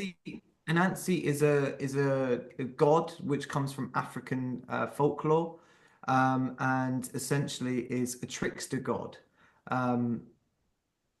If you look, I'm not even joking. People aren't focusing on this. They go, Nancy is also known as the god of stories in some factors, but in every version of the book that I've seen available, there is the basis of most copies of it are called Anansi, the trickster spider, which is a very big, impacting point to put in there because trick is being mentioned a lot. But this was my whole video when I was like, the trickster is definitely back for Doctor Who, and I've got to make a point. That was my idea, but in a lot of other TV shows, and when Anansi's a very popular character in African kind of like inspired TV shows when they relate back to their mythology, and Anansi's in a lot of different TV shows, and he's very stylish and he's very smooth with people. you know, and I feel like this barber could potentially be like that disguised Leia before we meet true Anansi. So it's going to be weird because obviously it's going to be this you're in my domain. So it's kind of like he's going to break the shop out of that dimension or that reality, and then it's going to show his true form, which is Anansi, the basis. And in the story of Anansi, the trickster spider, it's all about the whole idea of the story is that Anansi is dying, right? And that's what the story is about. And in order for Anansi to survive, Anansi has to go on an exodus, a journey from one plane to another. But in order to do so, Anansi must acquire his children, 6 to be exact. And they've all got names. One of them's called like Roadblocker, one of them's called like Water Giver or something. I can't remember the names. It's been so long since I remember, but they've all got different names and they've all got certain powers and abilities. And it's almost as if some of those missing people could be those children. And it's all about kind of like, you know, the story, which is the fuel, and the engine, which is obviously the idea of how this thing keeps on living. This thing requires the story to churn its belly to keep going, and this is its fuel in the fire, essentially. So I think it's going to be this idea that the Doctor is going to be the poison in the well for it. And there is that moment as well in the trailer. I think it's in the official trailer, not the teaser trailer. I know there's been 2, but the first trailer back in March, there is that moment where he's quite close to the Doctor and he says, "Tell a story." Exactly. There is that moment as well, and I couldn't help but think, okay, so this web where it's talking about, you know, this story aspect, how much do we think this and Anansi Spider is going to correlate back to the finale? Well, it could be potentially like this is its web of reality or something. Each like kind of entrance is like its own kind of, each strand could be its own reality, and it domains, it kind of like it tampers with each factor of reality. It could be that idea that it lives. Maybe this could be the Hollow as well. Maybe this might be the Hollow in the Under universe a little bit potentially. Like we might get to see like this is a little bit of like the Nothing's domain. Yeah, or because something. the barber shop ends up on the spider. So how does Yeah. that happen? Exactly. Or Yeah. it could be a TARDIS, that thing. Yeah, maybe. I do think this episode, and this is where I was going earlier, that we're going to see more about the Doctor's, well, the Timeless Child. I do think that's going to be brought into this episode a little bit because of telling a story. Maybe you have to really defeat Anansi, or if it's Anansi, it may just be a robot. So whoever the spider is, maybe to defeat it, you have to go really to home. You have to go really to home, and that's how each of them defeat it. And it's interesting. I'm going to be really intrigued how they find the barbershop, because and I also find it weird that it's happened a couple times this series. The number 15, 15 people went missing, 15 on the well. So 15 is really popping up. I don't know if it's just the 15th Doctor, but it's really odd. Well, there's also a thing saying that there was a blurb somewhere saying that the Doctor goes to Nigeria, to Lagos, Nigeria, to meet an old friend called Ul or something, who also is known as the Barber. I can't remember. I don't know if anyone saw this. No, never I saw didn't this. know. I saw this like somewhere. I can't. It was the idea that obviously, is this where the Doctor goes to get the haircut? Yeah. Like, is this just where the Doctor goes? And is the barber like an old friend of his? Like, and this is like a Yeah, descent. He does say, "Who are you?" in the trailer just gone. But there's is that also that who's that moment. too? There is that moment as well. I don't know if you guys saw it. I think they released it today. So I know you guys would have been busy, but there is like promo shots, and there is a particular shot that I'm thinking, oh, like there's a shot where Belinda is in the TARDIS and it is proper red. Yeah. Like, why is it red so much? Like, if you think the Conrad scene with the Doctor was red, this is like I'm about to explode. Get out, Well, red. I think and the tricksters, but like, so Nancy is obviously like some kind of guardian at the same time. Like I think like the spider is going to be a very beneficial aid to the universe somehow. It's like the kind of first front man to as a like a defense. And when it destroys, because when we see that this thing blows up, right, that could be affecting every reality in a major way. And like Belinda's going to be in the TARDIS at that point because he's going to tell her to get to safety or something, or like it's gonna be another Belinda like heavy. No, it's going to be a very Belinda like episode because I feel so. She gets in there, she recognizes that they're all abducted, and then before the trap can get sprung, I feel she's going to go back to the TARDIS. And when she gets in the TARDIS, the trap gets sprung. And when the whole thing goes like, and then it appears on Anansi's back, um, everything in the TARDIS control room will just go critical red. And Belinda will be like, what? And then she'll get back outside, and then the whole barbershop's going to be gone. And she'll be like There is one. There is one thing as well. I'm aware that James hasn't spoken about this as well, so I'll be very, very quick. There is a moment where I'm very, very like aware that people should have an equal amount of time to talk, but I am also going to add this one thing. How does the Vindicator add an aspect to Nigeria as well? Like, what's the reasoning behind going to Nigeria? Well, also, I would just like to add, like, there was a point. I don't actually know why he decided to call it the Vindicator, like, because originally it's called a TARDIS indicator. Yeah. So obviously, the basis of an indicator tells you which direction that you're making, potentially a turn left or a turn right factor.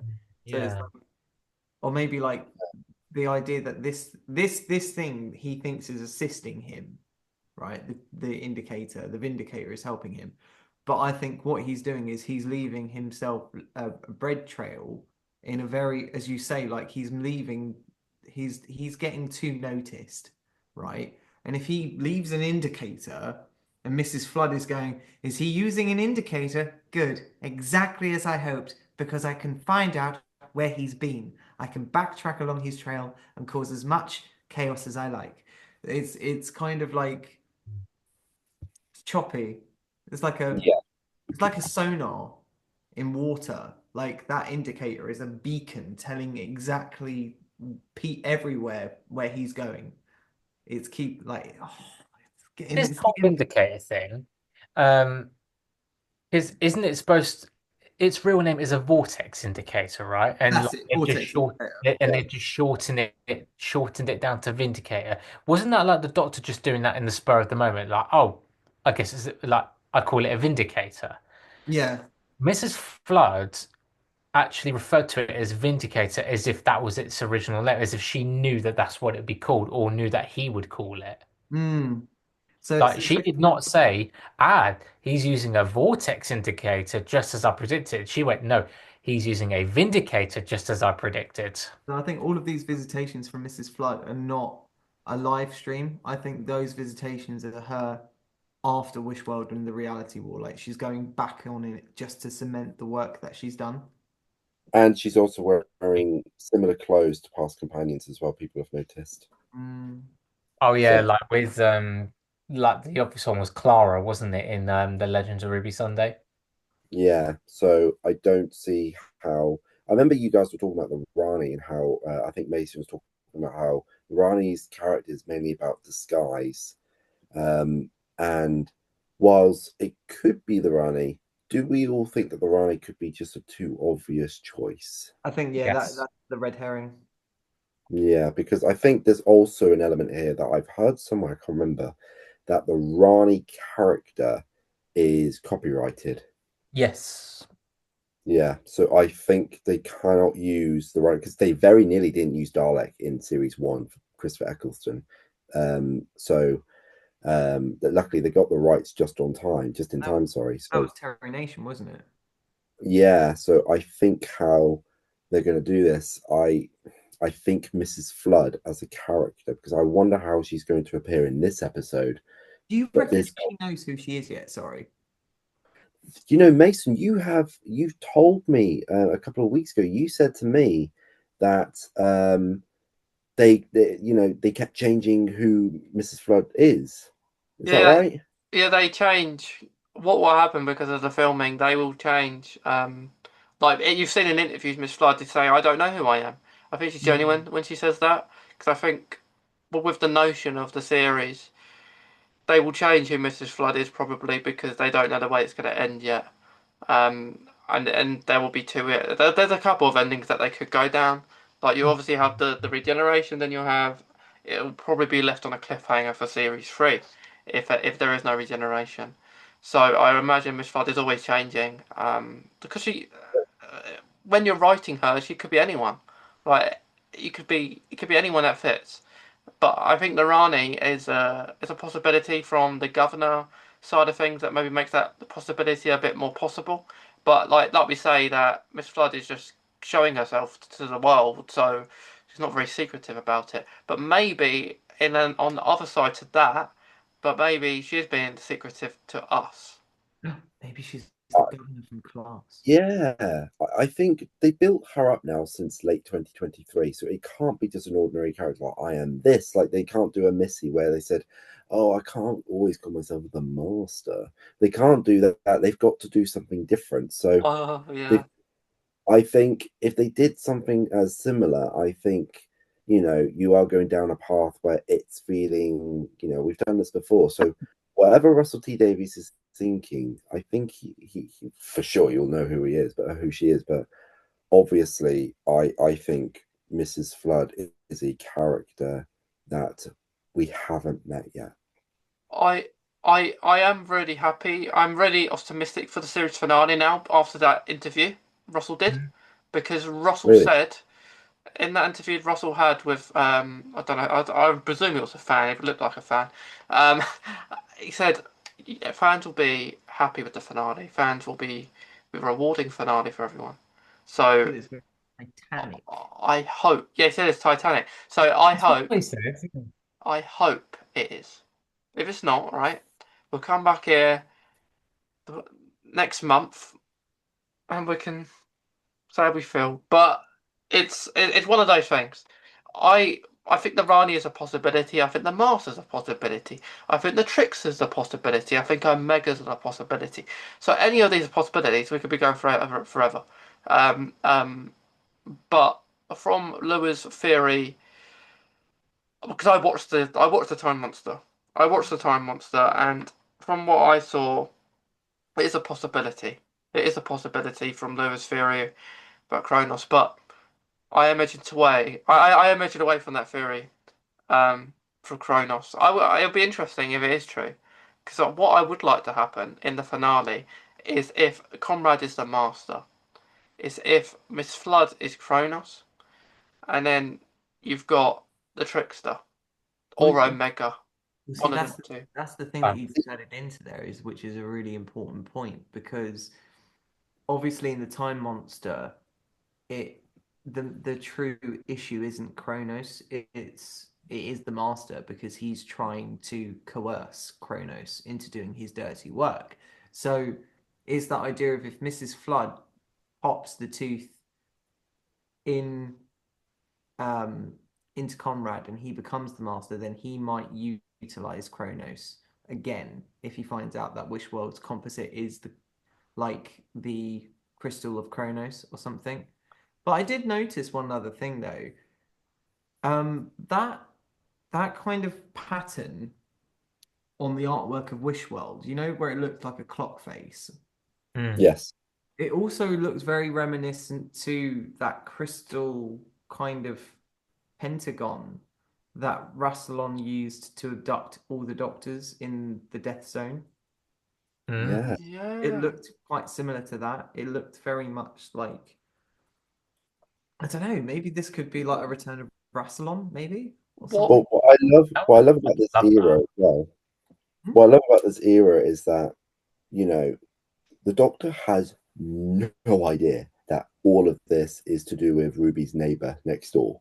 Like he has no idea. And what I love about this is that he has had one scene with Mrs. Flood, and that was the bit where nobody, I'm just passing by. Will you take care? That scene. Yeah. That is one and only time those two have actually interacted. Everything else, we the viewers know Mrs. Flood is up to something, but the Doctor has no idea. Right at the start. It was right at the start. But if it is Kronos, I think it will be a revenge story to the Master, because it was the other way around, where the Master was fooling with Kronos.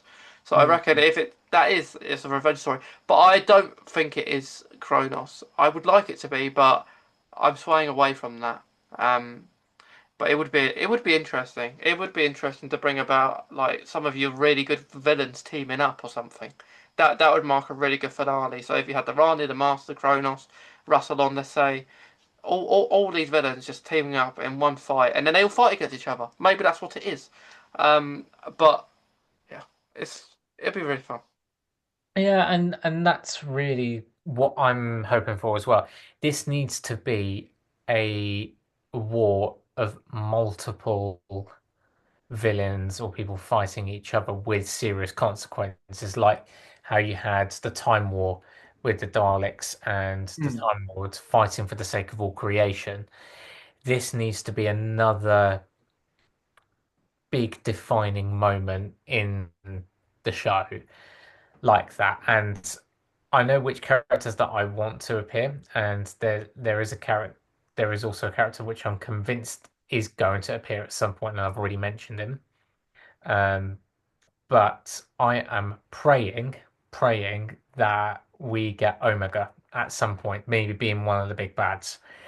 That would be that I think like it's time, and this whole thing with the gods and stuff like that, it's just perfect.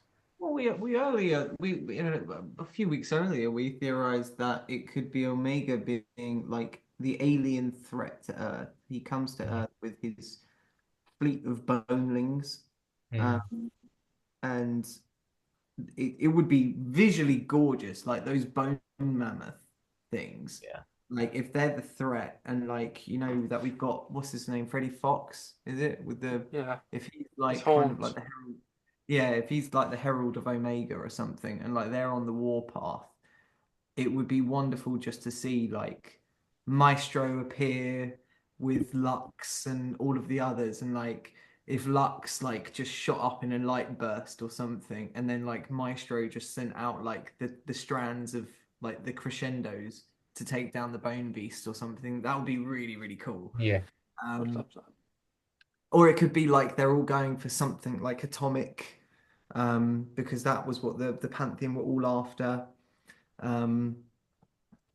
It could be like that is the thing that ends the reality, is like the planet goes nuclear, so the Pantheon gets what they want, as well as like Omega gets what he wants as well. Could be a play on that one.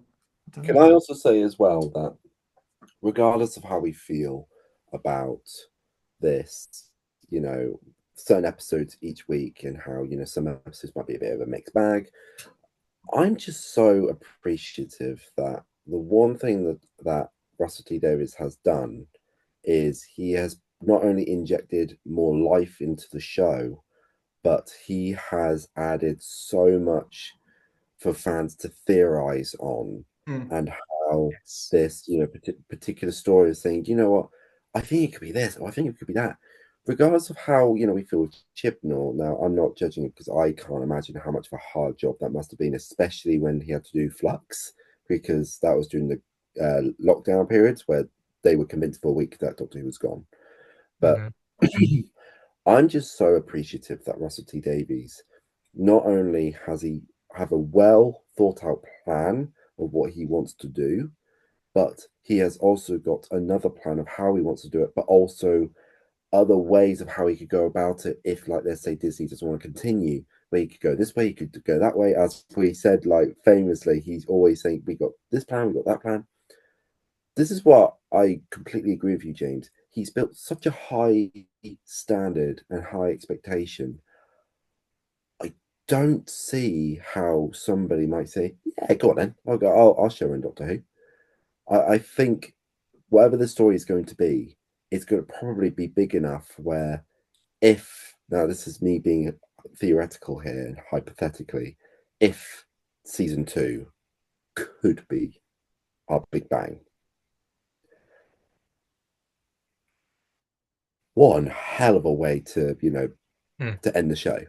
That this is one hell of a way. Now, I don't want it to, because clearly he states he's got three more seasons in him. But the way he's managed to make people theorize on who Ruby's mum is, who Mrs. Flood is, could Omega return, could the Trickster return, and the way he's somewhat meeting expectations, because obviously we theorized, is Midnight Entity going to return, and it did. I'm loving how Russell T Davies is really making this an actual Whoniverse, and how he said that. I know a lot of people have said, oh, but he said he wants to do yearly, Doctor Who. He has kept that promise, because he's been doing this since 2023. The 6 years still count.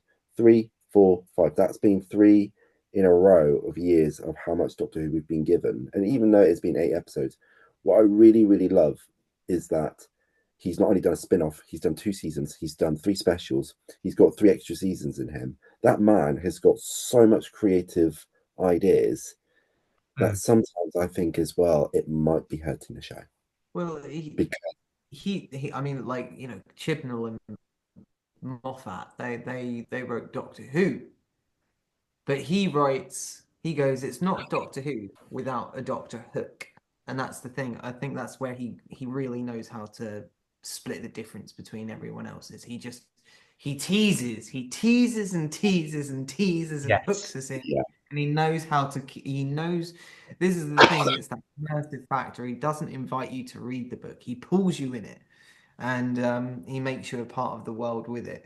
Absolutely. And it's that factor of why he's so good, but also at the same time, it's a dangerous, it's not him which is the problem. It's this factor of, in 2005 to 2010, with his literature then and the way that he wrote, social media wasn't as big as a thing, and we had, as consumers, a lot more I don't want to sound rude here, we were a lot more patient. Yes. When he started with season 1 back in 2005, that whole Bad Wolf algorithm laying out in everywhere that they traveled to, that I don't remember reading newspapers or hearing people in school or whatever going, I'm just getting so annoyed with this like Bad Wolf thing showing up. Like, I'm just getting so annoyed with it. Like, can we just find out now? Yeah, And everyone has to know now, don't they? Exactly. Yeah. This is what he's trying to say as well. It's that idea of like with the giggle, and it's like with Conrad, and it's people are just exhausting. They think that they're right all the time, and it's just social media is a drap, and it's the true monster, and it's this thing that has changed society to be more demanding, to be more, we need it more than ever now. And it's this thing of he's not the danger for the show, it's the consumer. Yeah, I would Because say he changed on it. You don't think he has changed. His DNA and his writing complexity is the same. Yeah, he's been able to get into a bit more of his own personal flavor. Yeah. But I mean, freedom in 2025 wouldn't be freedom in 2025, and I just think, once again, I'll say it as I did last week, the show hasn't changed in a bad way. You just can't see the show in the way that you want to see it. And if you don't like it, Bang on the nail. get off. You hit the nail on that. Yeah, get off the train, because the show is about change. That's its core ethos. And if you don't like change, the show is not for you. And that might explain, the idea of this whole stupid viewing figure debacle is people vary at times from TV shows. Some people stop watching the show at times, but some people do. But we never was worrying about this during the Poison Sky and the Sontaran stratagem, were we? We No. weren't worrying about that We, stuff. we, we weren't looking No at one how many was. people watch it, were we? No, we wasn't. So where's this come We were from? living in a very different world then as well. That, like we were saying before, that was before social media and at a time where we were very patient, at a time where also if you didn't watch Doctor Who at 7 p.m. on a Saturday, then you didn't watch it at all. Then you know, it was yeah, um I think that that certainly helped. Unfortunately, I think social media unfortunately has been a bit of a plague for a lot of TV shows. It's this thing of it's just this stupid need to, there's some YouTubers, I'm not going to name them. They don't even deserve a naming. Um, but when you look at like they do uploads weekly slating Doctor Who, and then I was like, I've got to see actually because I've never seen a thumbnail pop up where it's been good.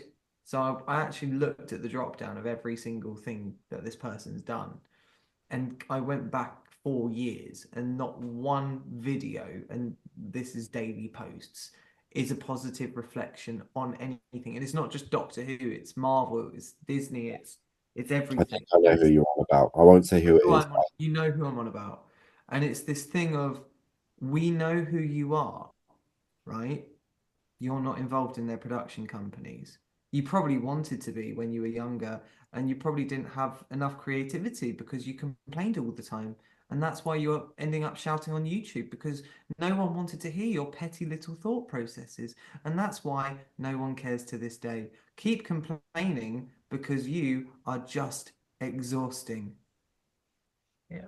I Relentless noise. I think though, Okay. Go um, back to the doctor's speech. I think when we mention certain YouTubers or YouTubers, sometimes when they say things, I see recently on some people's channels they think they work like for Doctor Who Yeah.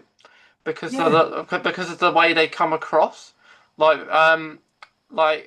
say if they're selling news, people are apparently saying to them, "You work for Doctor Who. You was in the recent episode," which are in a way that some YouTubers do come across like that they are giving you I guess information from the show. know who you're talking about now. I know who you're talking about now. Yeah, but I know it's exactly. quite funny. It's quite funny. But it's quite funny. But I understand it. I understand it. Why they think that because of the way they come across, like they are gi- giving you updates, aren't they? Which Yeah, but yeah, they slander the show as well. Like, and it's this thing that I once again like. It's kind of like you can do ups and downs, but you do more than just point out the downs. You really in some of the Yeah. videos, madam. When the doctor made his speech to Conrad, to me, it was such a you are saying everything I'm feeling about these specific YouTubers. I don't want to just say YouTubers as well. I want to say just people who negatively also talk about Doctor Who, like the leaks or oh, it's gone woke or something like that. When he says, "You are exhausting," I thought I feel that. Like genuinely, it's the first time where I feel like a statement made on a commentary about society today has really hit home to me. Yeah. And to me, I'm like, you rip him because I could feel that because you're saying everything I am feeling. But it's going, dude. It's not even just that though. It's this idea that you say YouTubers and YouTubers, right? It's the ones. So like, I don't want to say the name once again. They don't. Let's not say the name. Let's Not just say the name. keep it But anonymous. the ones that just purely, as I mentioned before, they have the drop down. It's just like just 3,000. clickbait. Yeah, it's Yeah. just 3,000 clickbait or negative videos, right? Those ones, right, you can always just go, oh, it's the same thing. Right, cool. You're just going to slander it. So we know not to pay you the attention. Cool.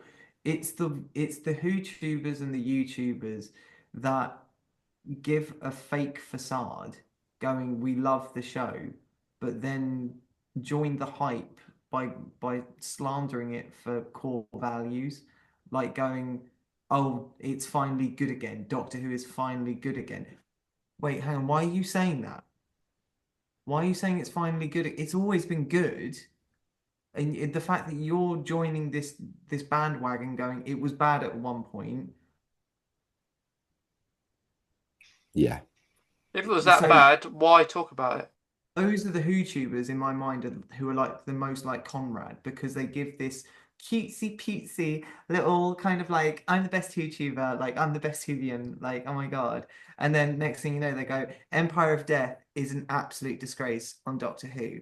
Don't watch it. Don't go and see it.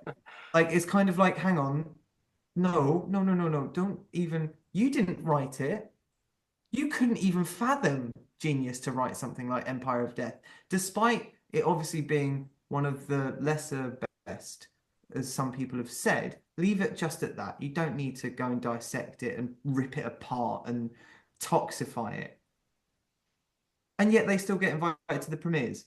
I know. I get so annoyed over that because to me, whilst I really appreciate that, they're doing it because of their passion in the show. What also the doctor says as well is that you're doing this over currency, and I thought, Exactly.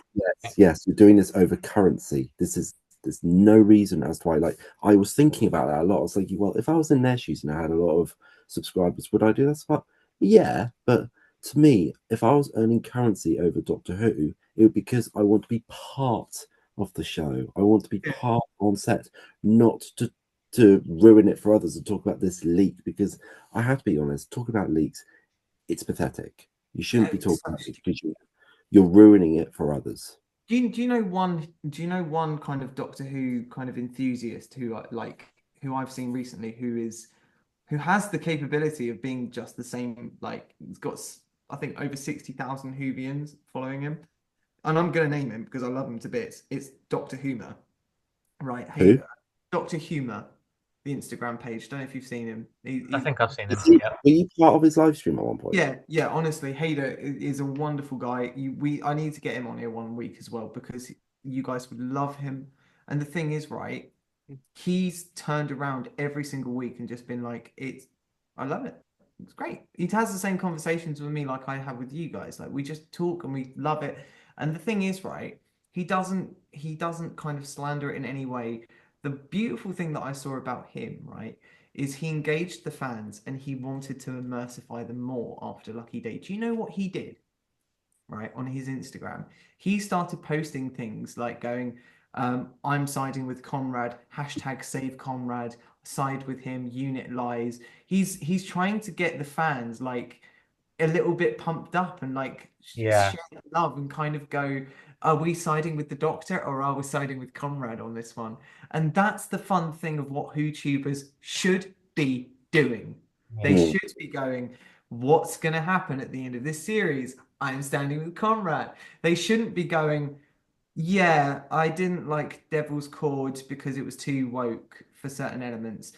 Why that subject you shouldn't even be talking about. That stuff is leave that for the naughty people on YouTube. Leave that for the naughty people to talk about because Naughty people. I love that phrase. The naughty leave people. that for them. Because as David Tennant, once again, and Mason, I hope you don't mind profanity on your channel, but David Tennant once says this, so I hope that this actually means that it's. I know where it was Oh, from I as know well. where this is going. Because I mean, obviously there are some people. I mean, I'm now today where I'm actually inviting people to mock the show, in which I just tell them to fuck off.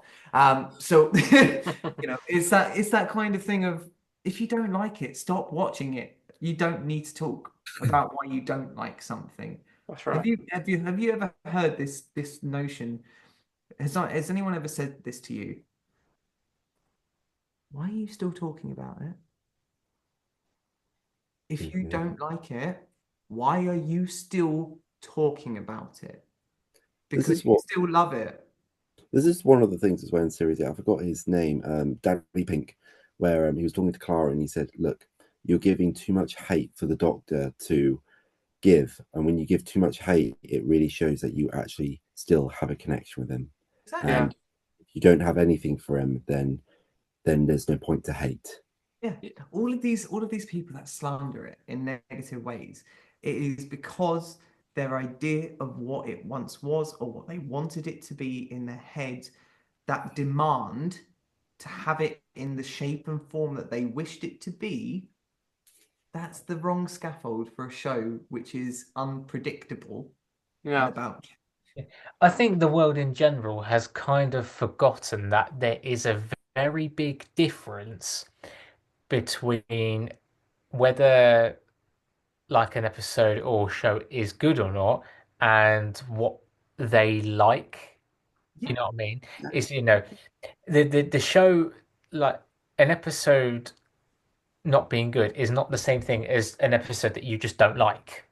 Mm. I think that I think that not just Doctor Who, I think in general with like you can apply that to all sorts nowadays. And I think again, social media, especially like the communities you find on Twitter, it's very I think we've kind of forgotten that they are two separate things. We seem to have mixed it together. We Yeah. we Yeah. go, oh, you've hit the honey, you've hit the honey. It's a thought contagion spread via, and it's that echo chamber idea. It's a thought contagion. And if to once again talk about this so wonderfully, let's bring in a good exo subject, Marvel, right? So you know what the White Bear effect is? No.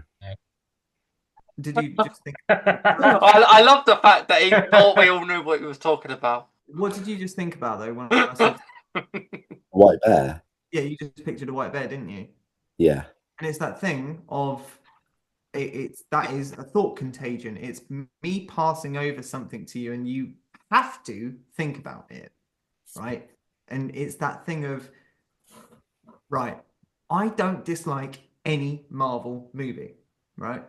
But there is an algorithm to how people dislike Marvel movies, and we all have the same likes and dislikes. Like, and it's anyone who really has TikTok and like Instagram, really. So if you go, right, let's I don't want to talk about Thunderbolts because that's still in kind of like recent, but like say for instance, Shang-Chi, good movie, yeah, yeah. Black Widow, apparently that didn't do well, did it? No, apparently that didn't. Okay, let's think. Doctor Strange in the Multiverse of Madness. Was that ultimately a good movie or a bad movie? In Meh. the eyes of TikTok consumers, Bad movie. bad movie. Like they always go like, oh, Marvel is back, Marvel is cooking. And then they go like She-Hulk comes out and they go, this is bad. And they go, oh, Ant-Man comes out, this is bad. And they all think the same thing because some people like the head ups or like, the head reviewers say something. People do not know, YouTubers do not understand the level of power of what's the word? Influence they have. When you have over 40,000 viewers coming to your page, watching you speak, they are coming to you because they like you. And that's a good thing. Congratulations, you've got a high following. But don't slander something that isn't your own creation. Oh my God, you have literally hit the nail on the head with that. Never, There's also another ever thing as do. well. That is the first rule of creativity. There is another thing as well that I keep thinking about. It's been stuck in my head all day, and I think I was talking about this with you on through Instagram, and you could tell I was really worried about these talks about the ratings and all that. But then I was starting to think about it as well because these things really get to me. I'm someone who's really quite emotionally sensitive. I get really quite anxious, especially when it comes to thumbnails like the YouTubers. Like, I really get really anxious. I can't click on those videos because it makes me quite upset. We don't want don't. No, absolutely. And the one thing I couldn't help but think about is, right, Doctor Who is a kingdom. It is an IP. Even Russell, like, fun fact, even what's his name? Robert Downey Jr. was offered to be in series 3, and he has watched Blank, and he said this series is marvelous. He's a big fan of the show still to this day. Yeah, and you know what's funny? Even if, Doctor Who, let's say, for example, let's just take the overnight ratings. Let's just talk about that for a second. Let's say we're just judging it on those merits. Is the show dying? No, because Marvel has had a lot of losses as well when it comes to the box office. But this is a topic that, once again, does not need even fathoming. once again, take yourself back to 2005, darling. When we were children, like we wouldn't be talking about the viewing figures. Our parents would not be talking about the viewing figures.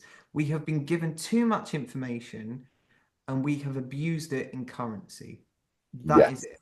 May I just add, just to finish, um, the majority of people who talk about the viewing figures are the people that are negative around the show.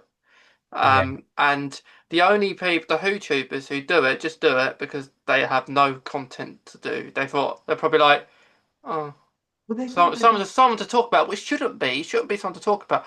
Maybe just say, maybe bring it up. If I brought it up, I'll be saying, and this week it's got better, right? Mm, This Yeah. week, look at the positives. Like I think I don't want to mention names, but I saw someone who let's say a YouTuber say let's go to the negatives, let's go to the positives. Why we got to go to the negatives? Why we got to bring that up? Like mm. you like a show, you want to talk about it as much as you can. Be Because so definitely you're not a critic. yeah. That's the thing. It's we can happily, Mason, you're so right, dude. You know, you are preaching to a choir right now, dude. It's this thing of we can appreciate things. This is what we do. We're here now, and we have gone like what are our favorite episodes, and we've still respected our barriers of why we dislike some, our personal reasons why.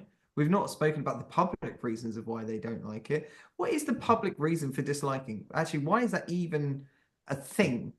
How is public perspection infecting our own personal value on something?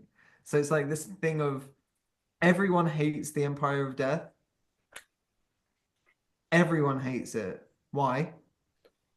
I mean, surely there must be some people that like Empire of Death. Yeah, Do you know That's what so I feel? there are you people that know, like. fun fact, I'm part of a Doctor Who community page, and I said, just a little heads up, I really like Space Babies. I had about 300 likes.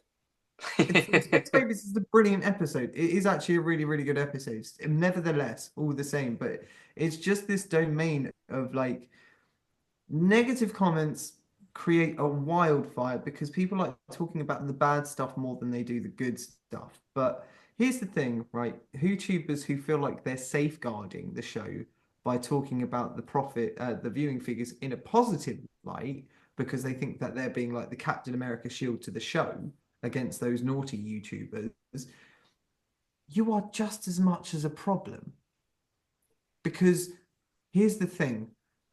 Now, I'm pretty sure if you're a true Doctor Who fan, you would understand the rules and safeties around bullies. And that is, you don't pay them attention.